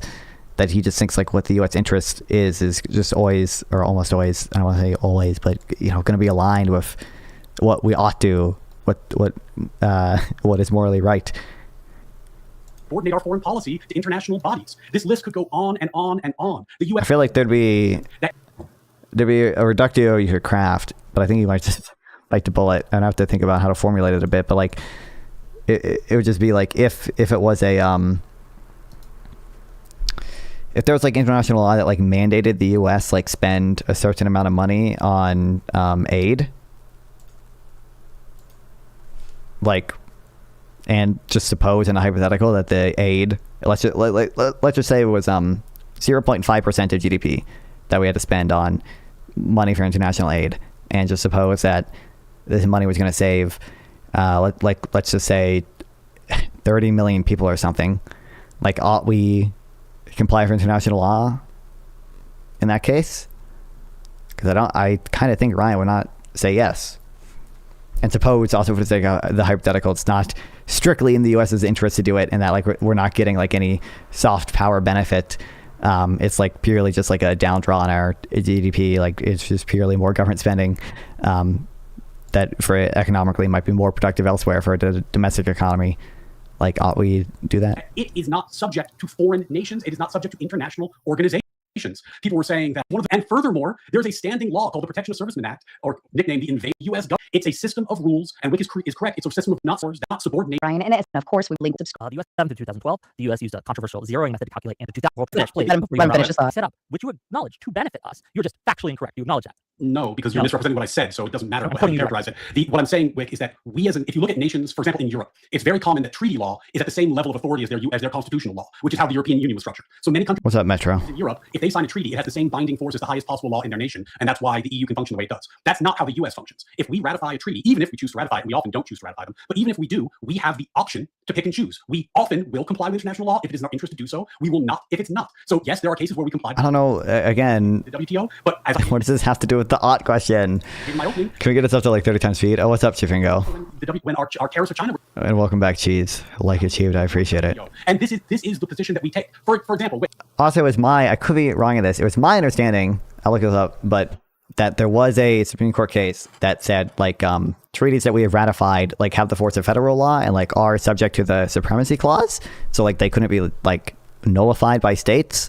But maybe I'm mistaken in that. He gave the example of the Texas thing or whatever. But that was my understanding when I was reading international law for like the fucking Israel-Palestine stuff like forever ago. It was my understanding that was the case. Wait, do you think we should remove the landmines between North Korea and South Korea? Almost every nation on Earth believes that landmines violate international law. We're one of the few holdouts. Demilitarized zone, you mean, between North and South Korea? Yeah, I don't know the specifics. I think it's more complicated than that. There are very few things that are just like straight up against international law to use. There are restrictions on how you can use landmines, obviously, and maybe the stuff in North and South Korea violate it. But first of all, just because it's a violation to put like new ones down or whatever does not necessarily mean we have a legal obligation, even if we are following international law, to remove them. And secondly, I'm not even 100% sure that those were illegal to put down at the time, but don't have to pay income tax or just the stereotype blue politicians that proposing people making under X amount of DPM don't have to pay income tax or just concessions that red states are run better. I don't think it's that. I think it's just playing into like a sort of more broad like populist narrative with regards to we've seen like a whole movement with the no tax on tips, no tax on Social Security, fucking get rid of all the property taxes. I don't really think the concession that red states are run better. I think it's just like the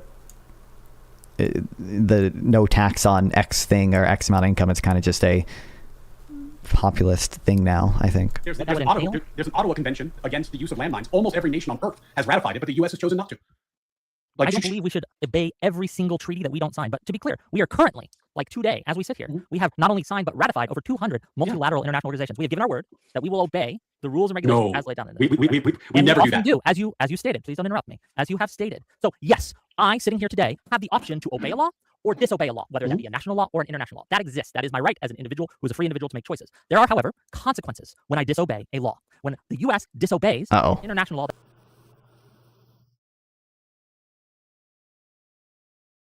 Hello? Agree to, it hurts us overall. I would argue that on the whole, overall, in most cases, our failure to uphold our word, which we give, even, yes, we make carve-outs to some of these treaties, right? But those are built into the treaties, right? That happens, absolutely. But when we say we're not going to listen to this international body that we have set up, why should anyone else? And that makes the world a less safe place. That makes it more dangerous for U.S. travel. Mr. Binding international nations become part of international law. Treaties to which the United States is a party also have the force of federal legislation, forming a part of what the Constitution calls supreme law of the land. Like, this was my understanding, but I don't know the exact context of some of this stuff. Do you think New York, California, Illinois are run better than Florida, Texas, and Utah? That's not related to the question, really. Like, I don't think it's fair to paint it as a concession when a Democrat proposes like lower taxes, that like that's a concession that red states are run better. That's just again, I think they're offering these like lower taxes or whatever. Not even in the like, just look at how they're framing it. They're not framing it as something that's, oh, we need lower taxes to like increase allocated efficiency and like decrease deadweight loss and blah, blah, blah, blah. Not that Republican politicians message it that way, but they're not messaging it on like a traditional lower tax argument. They're messaging it on a like more like populist, no tax on X thing because like you either we need to like help these people in poverty and whatever, or like the tax system is so unfair and poor people pay too much and we're going to also raise the tax on rich people. Like all of these, to be clear, the Van Hollen tax was going to be paid for with like a fucking tax on millionaires, right? The Cory Booker tax plan is going to be paid for with raising the rates on people making over, I think, $1 million as well. So I don't think it's a concession to that. I think it's, again, just a more populist narrative that's evolving. It's basically saying that these expanded public services aren't worth paying for and red states do better. I don't think it is. I think, like, you know, there are certain things that when you say run better, that's kind of broad. I think I would probably agree with you, because I think like zoning is just like crazy fucked up in you know, New York and California and stuff, and probably less fucked in Florida and certainly Texas. I don't know about Utah. You know, it's my understanding that like public schools tend to do better in blue states. I could be wrong in that, but that's my understanding. I think generally blue states have a lot of sort of barriers to government projects in the form of like environmental reviews that a lot of red states don't, and that's why like red states get like more renewable energy. So like I agree with those concerns. I agree with a more narrow version of your claim, I'll say. I think it's better after they agree to quit debating later, but it's not as content-oriented. I was just seeing what the broad arguments were, because I was talking to someone else while they were doing this, and I think they're ending now anyways, but travelers, that makes us less money, that creates I was seeing what they were talking about at the time when I standing as a world power overall. It also emboldened other actors, which we saw before finished my debate. World War II, right? The failure of major powers to comply or to enforce rulings that they have made just emboldened others to act the same way. We can look at with me and seating the debate just off the bat, which is fine. You can do that if you'd like, but and we can have just a conversation of when is good and when is bad to break our word. But in general, overall, most of the time, we have an interest as a nation in being seen as honest actors that other countries can come to and be treated fairly with respect. Do you disagree with that statement? No, I agree we have the interest, but the moral force is not okay. Hold on, you asked the question. Yeah, but there's got to follow up. Let him answer. One word. Yeah, let him answer. I agree that it is often in our interest to promote a world order that benefits us. The issue I'm taking with you, Wick, is that the moral obligation there, the moral force, doesn't come from international law. It comes from promoting the U.S.'s self-interest. So, of course, the second that it's... You know what? Oh, my God. It is... Okay. It seems to me like Ryan might be confused here because I don't want to be mean, but because in his world, in his framework, like what the U.S. law is in many ways wholly aligned with what morality is. Because again, we're a propositional nation, and all our laws and yada yada yada are based on these divinely inspired, true, natural law facts of the world that determine what morality is. That he thinks when someone says the United States ought to comply with international law, like they must also be saying that international law is like serving some higher order or some higher proposition in the same sense. But like Wick would just argue, I don't know Wick's exactly ethical theory, but like, you know, what is moral to do is not always what is in our interest, and you know what is and for something to be moral, it doesn't necessarily have to like for complying with the law to be moral, it doesn't have to come, or that law doesn't have to come from like divinely inspired fucking natural law. It can just be it can just have like sufficiently good outcomes for it to be good to comply with, right? Or it can just, you know, there can be some other moral reason for complying with it, even if you don't think it comes from the same type of natural law stuff. He and Effigy have a really good moment of agreement at the very end. Oh boy. Promoting our interests, we take a different position and we change our mind. And of course we would do that. Like, wait, why this all is. Like, for example, I know that you're a big supporter of Ukraine, right? I don't even know. I'm sure I'll talk to Ryan about this at some point, but I don't even know. I don't know if Ryan thinks that like moral statements are what I would say are the term I've heard used by the fucking Parfit is irreducibly normative, because most ethical, like when Ryan makes claims about like, oh, I'm doing like common sense morality, like tells me to do or whatever, like, you know, these things are common sense moralism, whatever. Like what I get from that is usually like we're using some degree of like our intuition to like make irreducibly non-normative claims, meaning claims that like just don't reduce to facts about the world. They are claims that are irreducibly an ought claim. They're not reducible to is claims, right? We're using our common sense intuitions to come to claims that like murder is bad, right? Stuff like that. And that is what most ethical theories do, because most people are not naturalists. But then he also has like the like natural law stuff, and whenever he speaks like he's speaking here, it makes it sound like he thinks everything is reducible to like a to like an is claim, that like morality is all fundamentally reducible to facts about the world, or to facts about the natural state of things, or to facts about the fucking, there's a way that the girl Erudite was debating an abortion phrase at once, but like it's all reducible to the natural order that God designed, such that humans, you know, have the moral law written on their heart. I know Ryan likes using that phrase, and can determine like what it is.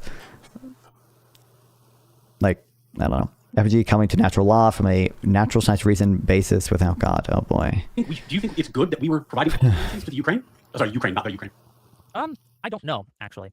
That is something that was one of the things where you might convince me that it was good to break international law when it comes to cluster demolitions, but I have very deep reservations about it because it emboldens people like Russia and say, well, if the U.S. isn't going to, why should we? So my whole argument, just to repeat, like, if you believe that, as I think you... Not even sure, again, I think...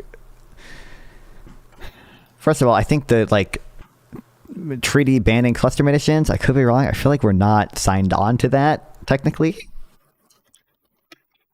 And there are so many things that people like to say is illegal. Like so many people say like white phosphorus is illegal. Like Israel's using this white phosphorus, yada yada yada, illegal, evil. But like white phosphorus is not illegal to use. It is like illegal to use chemical weapons in a manner such that they are expected to cause a sufficient amount of harm to civilians to outweigh any concrete military gain expected from them. But it's not illegal to use white phosphorus. There are certain ways it's you're not allowed to use white phosphorus, and there are weapons, potentially including cluster bombs. I'm gonna look up if I'm right or not, but that are like inherently indiscriminate and therefore are not allowed. But white phosphorus is not inherently indiscriminate. Convention on Cluster Munitions. See, look, we're not signed on, but you could argue, and I don't know if the ICJ or ICC or whatever other UN bodies have made any determinations on this, but I'm not sure if it's a inherently indiscriminate weapon or, classified as such.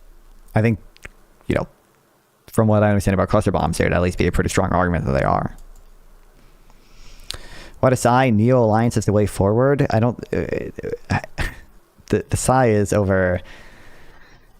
I was just complaining about. Like, I don't know. I don't know what. Again, it just doesn't make sense to me. It doesn't make sense to me.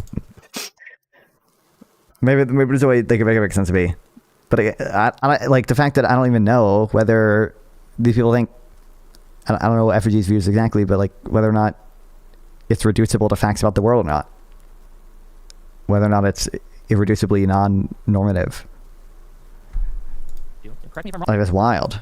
That it is in the U.S.'s interest for other countries to see us as honest dealers and to come to us to be treated fairly, then you would agree that we ought to follow international law, because our following of international law makes us seem more honest and deal with it. Morality is a separate topic here. I'm not talking about morality in this instance. I'm talking about pragmatism. I'm talking about the actual kind of real politic of if we want allies to trust us, we have to be trustworthy. If they do not trust us, and the less they trust us, the less willing they are to get in bed with us and make deals with us, and we have to resort to force when we could use soft power, which is much cheaper, much less risky, and just better overall for the world and the U.S. Wait, my point is that there's no ought there that's based on international law. The ought is based off, as you said, U.S. pragmatism and self-interest. So why does it matter? No one is saying the morality comes from international law. You can have any number of ethical theories in which morality comes from anywhere. You can be an egoist. You can say morality comes from simply like what is in my personal best interest, right? And it's all like stance dependent. You can have the most relativist moral theory in the world, or you could have the most like concrete moral realist natural law theory in the world. It'd still agree that you ought comply with international law, because that's separate from the claim that morality comes from international law or like is in alignment with international law. I don't want to say like I understand Ryan doesn't think like morality literally comes from the Declaration of Independence, but that it almost perfectly represents what morality is, right? Like no one is making that claim of international law. I'm sure you could find some people out there who say as much, but So no, but there's a very big difference in saying we ought to comply with international law and then we ought. Dueling the concept of objectivity from an ontological perspective. I don't know anything about that. I'm not trying to grill you. I just have I think you believe something is real to ground. I just have to think you believe something is real to ground one from. I don't know what you mean by that.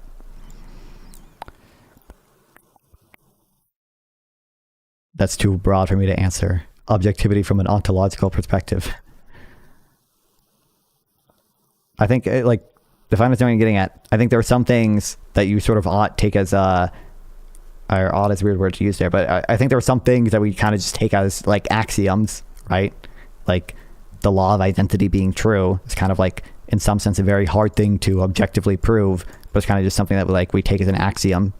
Or, like, the external world exists is something that is technically really hard to actually prove, objectively prove, but that is like, what would it even mean to objectively prove that the external world exists? But like, we take that as an axiom. Like, I don't think it's feasible to objectively prove that external world exists and or that you're not a Boltzmann brain. Are there objective truths or are they all constructs? I think there are objective truths, but that's based on, I think you have to take axioms.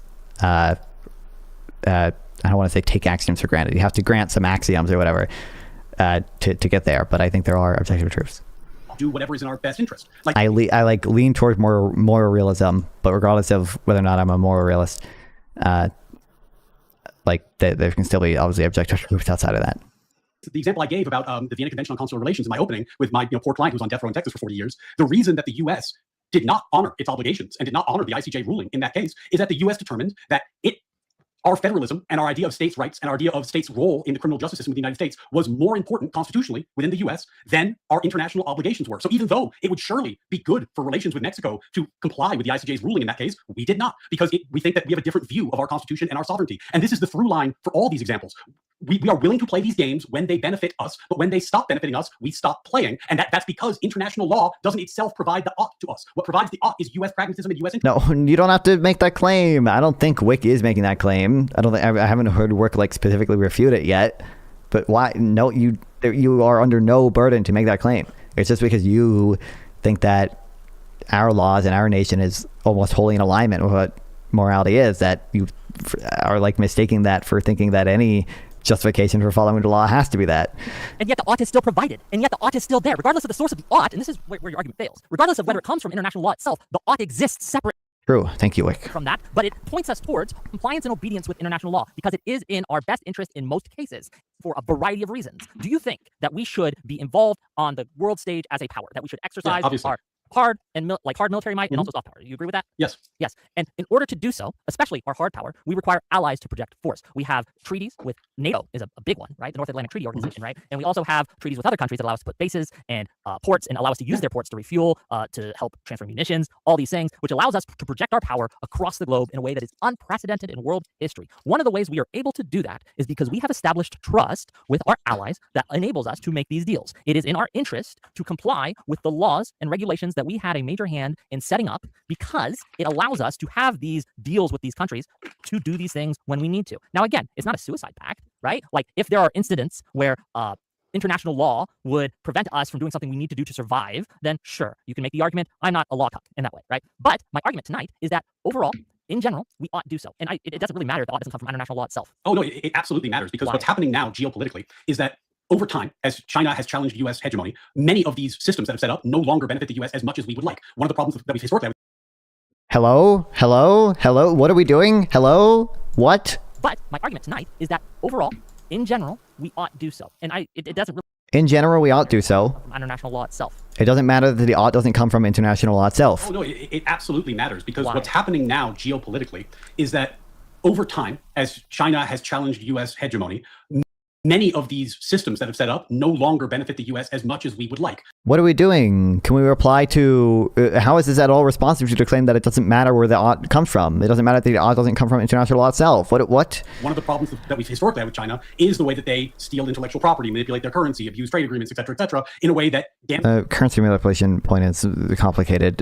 I don't even know if it's against international law to do so, but... It's us. Now, as these games become less beneficial to the U.S., the question is going to be, do we want to keep playing or not? And the answer is not. What does want to mean? Keep playing because we agreed to. The answer is we should do whatever is in the U.S.'s best interest. And that's always going to be the case. So these games become less steal intellectual property, manipulate their currency, abuse trade agreements, et cetera, in a way that damages us. Now, as these games become less beneficial to the U.S., the question is going to be, do we want to keep playing or not? And the answer what does want to? Does want to mean ought to here? Is not. We ought to keep playing because we agreed to. The answer is we should do whatever is in the U.S.'s best interest. And because first of all, Wick has said many times that he thinks that this is in our best interest. That's the argument. But if want to here just mean if want to here is analogous to ought to, obviously it would be insane to say that like no matter what we ought to do, what is in our best interest, right? Like no one would ever hold that, or I don't know, maybe Ryan would hold that like if you could save like 1 billion people, but it would cost 0.5% of the U.S.'s GDP, that like it's in our best interest to not save them, so we just like shouldn't do so. Like that'd be obviously quite crazy. But I don't know what want to means. If want to just means like what will in fact happen, or like what politicians will in fact do, like Ryan keeps like shifting to, then that's just meaningless in the context of they're supposed to be having an argument about what ought we do. Hey, Fawn Man, would you want to have a friendly discussion / disagreement with Marketplace of Ideas? I've already been on their show. What do you mean? That's always going to be the case. So I don't know what they want to. I'm down to talk to them, but I don't know. There matters a great deal. I was on their show. Didn't you see that? Where the ought is coming from, because I would agree with you that when we violate international law, when we break a treaty, when we do any of these things, a part that you should consider is how will this impact us geopolitically? What will our allies think? That's part of the pragmatic calculation. But that's not the answer. Is not international law says we ought to do it, therefore we ought to do it. The answer is we will do whatever is Did Wick ever claim that? Best interest, and that's what we do. And it's kind of, to be honest with you, what we've. Who cares if that's what we do? That's not even a claim that we're making. Obviously, there are things that we do that Brian would not consider in our best interest, or certainly that left-wing politicians do. Done. I mean, like there are. If you look at a map and said, in which countries is food a human right? I believe on paper, though many of them. Oh my God, we are. Kill me. Right, in basically every nation in the world, almost, except for the U.S. and Israel. It's almost all of them. And the reason is because there's international covenants on human rights. There's the European Covenant on Human Rights, and the U.S. doesn't do any of that stuff because the U.S. doesn't believe that we should have international law subordinate our constitutional setup about what rights are. There's rights on the law of the sea. There's the about how far out on the coastal water each country controls the territory. The U.S. did not ratify that. We didn't ratify the landmine treaty. We didn't ratify the treaty on cluster munitions. We didn't ratify the convention. All of this is not even. Child. Like, all this is allowed. Like, under the framework of international law, if you don't ratify a treaty, you don't have to adhere to it. Like, countries are allowed to not ratify stuff, and to some extent don't have to adhere to it. There are certain things, I don't know the exact extent of it. My understanding, there are certain things that if a majority of countries ratify it or whatever, technically other countries are supposed to adhere to it. But my understanding is, at least most of those things, you know, it's voluntary for a reason. It's voluntary because the UN probably couldn't work otherwise, right? And maybe you want to say the UN isn't effective for that, and we get to do whatever we want because of that, but that has nothing to do with like the OT claim. All of this stuff is allowed under international law still. The Convention of Elimination. There might be like some, like with regards to the convention on like landmines or whatever, and certain weapons, there are going to be international humanitarian law concerns there, and we have ratified the Geneva Conventions and the additional protocols, and there's going to be customary international humanitarian law too that we have to adhere to regardless of whether or not you ratify them. So there could be things there that maybe we don't ratify a treaty, but we still have to adhere to certain rules that we didn't like agree to. But again, I think it'd be pretty hard. I think it'd be pretty hard to make an objection that we ought to comply with most of what international humanitarian law says. Women, the Kyoto Protocols on climate change, death penalty norms, the Covenant on Cluster Munitions, Universal Declaration of Human Rights. We exclude from our purview anything we disagree with. And if it turns out down the road we didn't exclude something, we just do what we ought to do, what we think we ought to do anyway. And that's because we prioritize our interests over some freestanding moral obligation to international law. Okay, you are under the misconception that my what freestanding moral obligation to international law? Why? I don't think Wick has ever argued that. Out of 10, how do you rate your mole experience? I was thinking they could host you and someone else. I wanted to know who think an interesting other person besides you and the host. What do you mean interesting other person? I don't know. Let's talk about what. I mean, I had fun on it. I think I don't know how I would rate it out of 10. I'm giving it a 6 out of 10. I would go on again. I'm not. I don't know exactly who would be an interesting other person. I reach out to people who I think are interesting on my own. I don't know. Argument is primarily moral one. It is not. It's a pragmatic one, and it's a pragmatic. Like you're also seem to be under the misconception that any time a treaty is proposed, it automatically, like if we fail to ratify it or fail to be a signatory or disagree with it, that it counts as international law and it counts as it often not. does. So just let me finish. Right? This idea that we should always do what's in our best interest, I agree, but it is in our best interest to follow international laws, especially the ones that we ratify, like the Geneva Convention, like the ICOA, right? Like the UPU, like the World Bank, like the World Health Organization. These are all things that help us, that make the world 6 is a log. Thank you. Okay. The world's a better place. It's a safer place, and it's easier for people. That's a lively debate that one can have among scholars. But if it did become customary international law, like if the landmine ban became customary international law, do you think the U.S. ought then remove its landmines? We never agreed to that. Sure, I think we have a much less interest in doing so, and it's much less dangerous for us, and it's much less harmful for us if we don't follow it up. If it did become customary international particular convention, for example, the Landmine Convention, the Universal Declaration of Human Rights, et cetera, et cetera. The question that becomes, is that customary international law, even if the U.S. has not joined it? Now, that's a lively debate that one can have among scholars. But if it did become customary international law, like if the landmine ban became customary international law, there is customary laws, but like I said, most of them are pretty reasonable. And actually, regardless of whether it is customary international law or whatever, we already do that. We literally have programs in Vietnam and Cambodia. I don't know if we have landmines there, but to remove bombs that are, not like undetonated, still there. Sure, I think we have a much less interest in doing so, and it's like, you guys seen the mine sniffing rat? These guys, they go sniff bombs in Vietnam and Cambodia. Oh, he died? Oh no. Oh, 2022. I didn't know he died, but that was a while ago. I think we, I don't know if we funded the rats specifically, but we fund programs in Vietnam and Cambodia to remove these mines that, were placed and or dropped by us.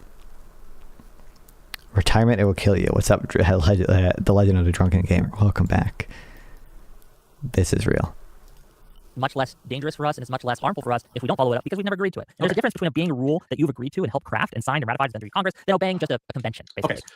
So then we would agree then that whatever you think we ought to do about international law in general, the category of customary international law is not the same. Like if it was a custom that we did not agree to, there's no ought there. There's different categories. Now, there still could be good arguments to obey the customs. It would depend. And a lot of this is law specific. A lot of this is customs specific, right? But when most of the, from my understanding, customary international law only really applies to the humanitarian laws with regards to the conduct of countries at war. and or non-state actors at war. There might be other types of customary international law, but I thought it was really only the humanitarian law.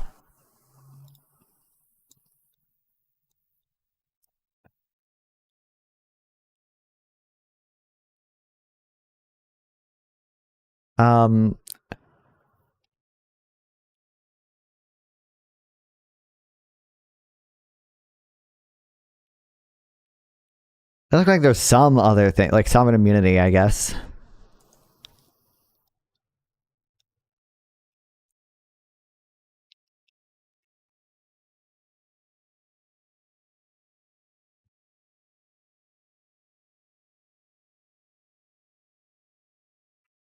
I'm most familiar in the context of it with regards to humanitarian law, though.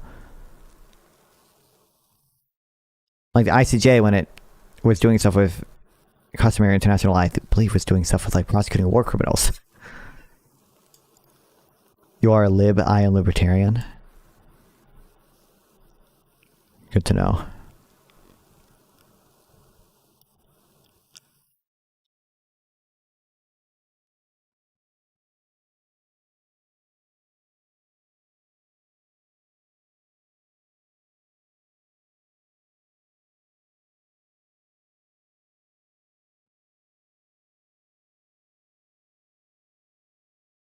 Like all this stuff, the laws of war, also known as Isabella, were long a matter of customary law before codified in Talkin conventions and the conventions and the additional protocols.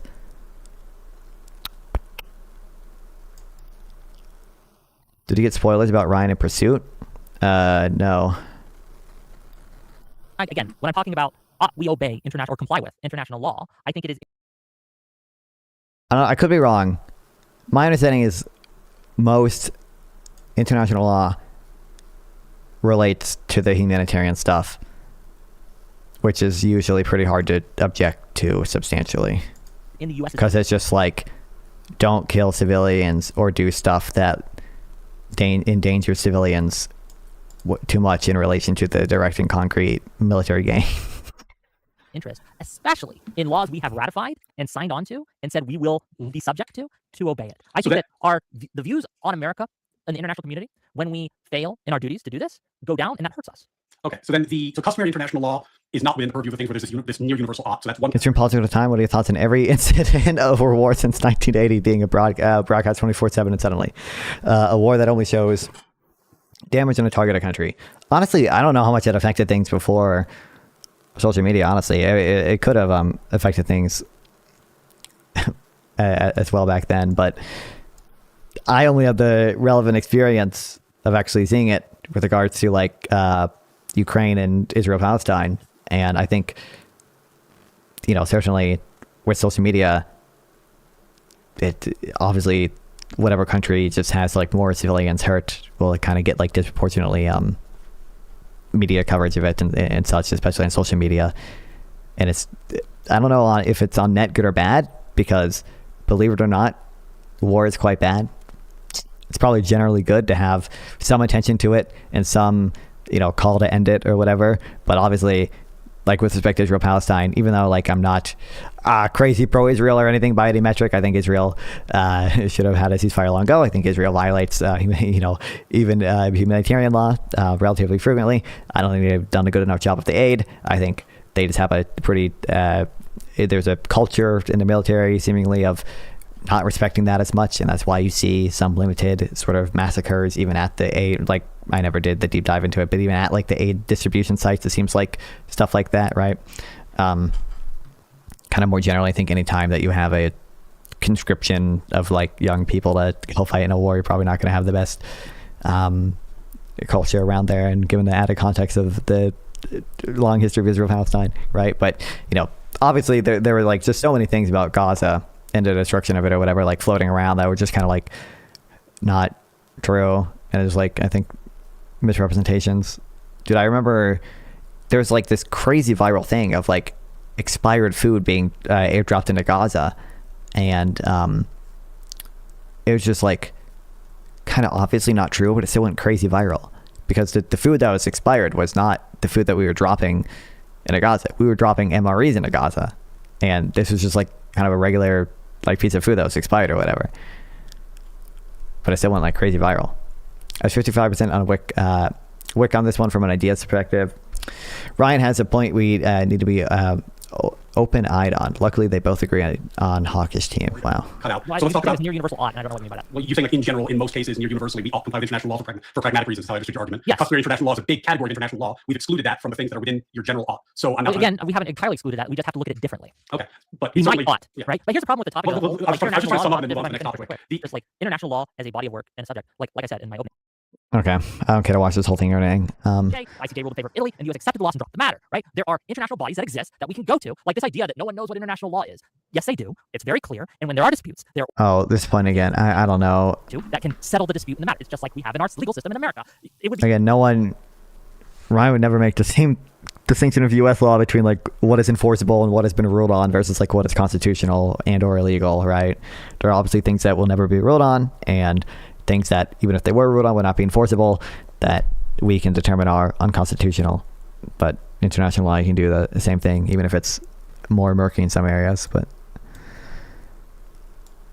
okay, what am I supposed to? I'm assuming you were referring to pursuit of knowledge, talking to Ryan about something. I can find that if it's funny. But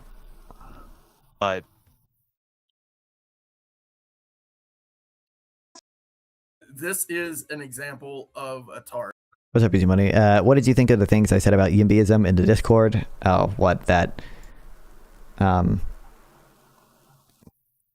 saw it, but I.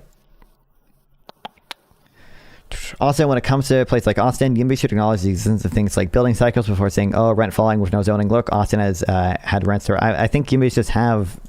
I think YIMBYs have better evidence on their side than the Austin example.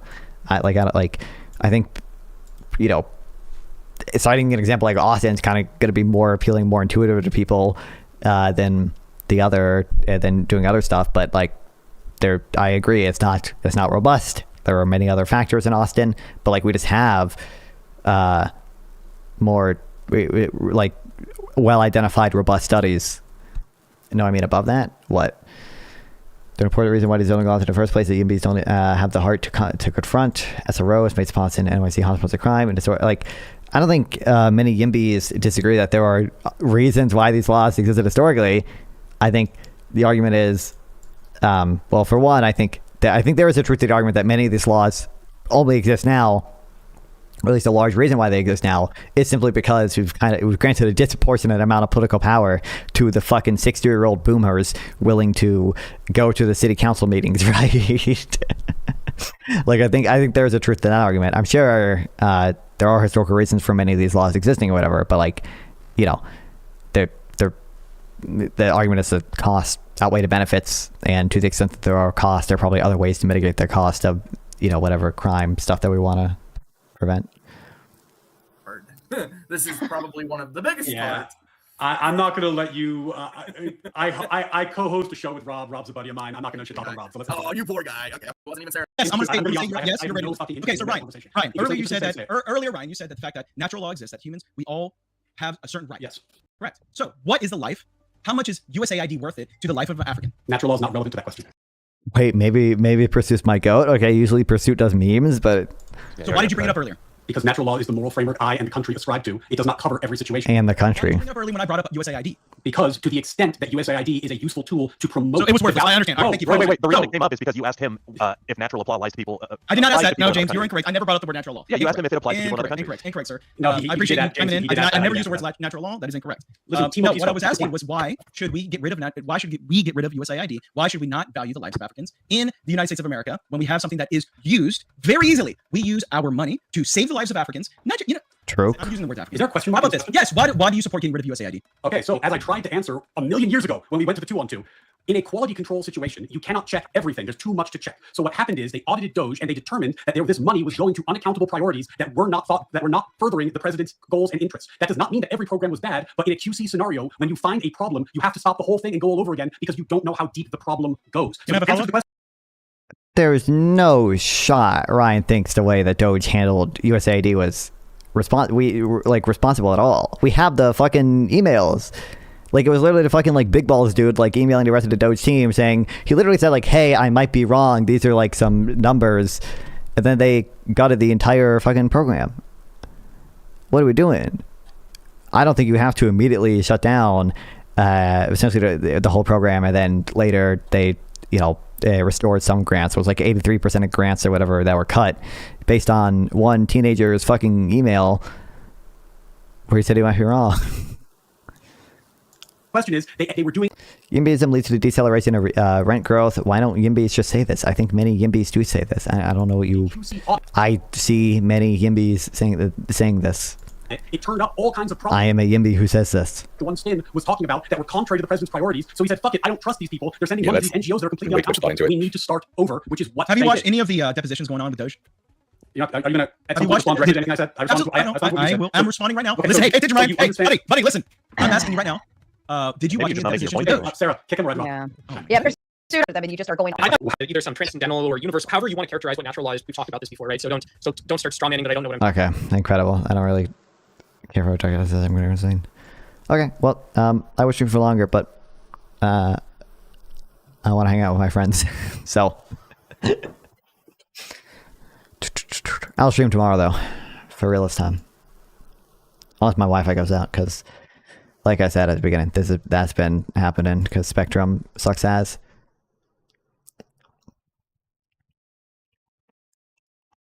Okay, head over to Tomfoolery. Epic crash out, true. Okay, love streaming. Love you guys watch me stream and all. It means a lot to me. Yeah, it's a fun time. I'll see you guys tomorrow.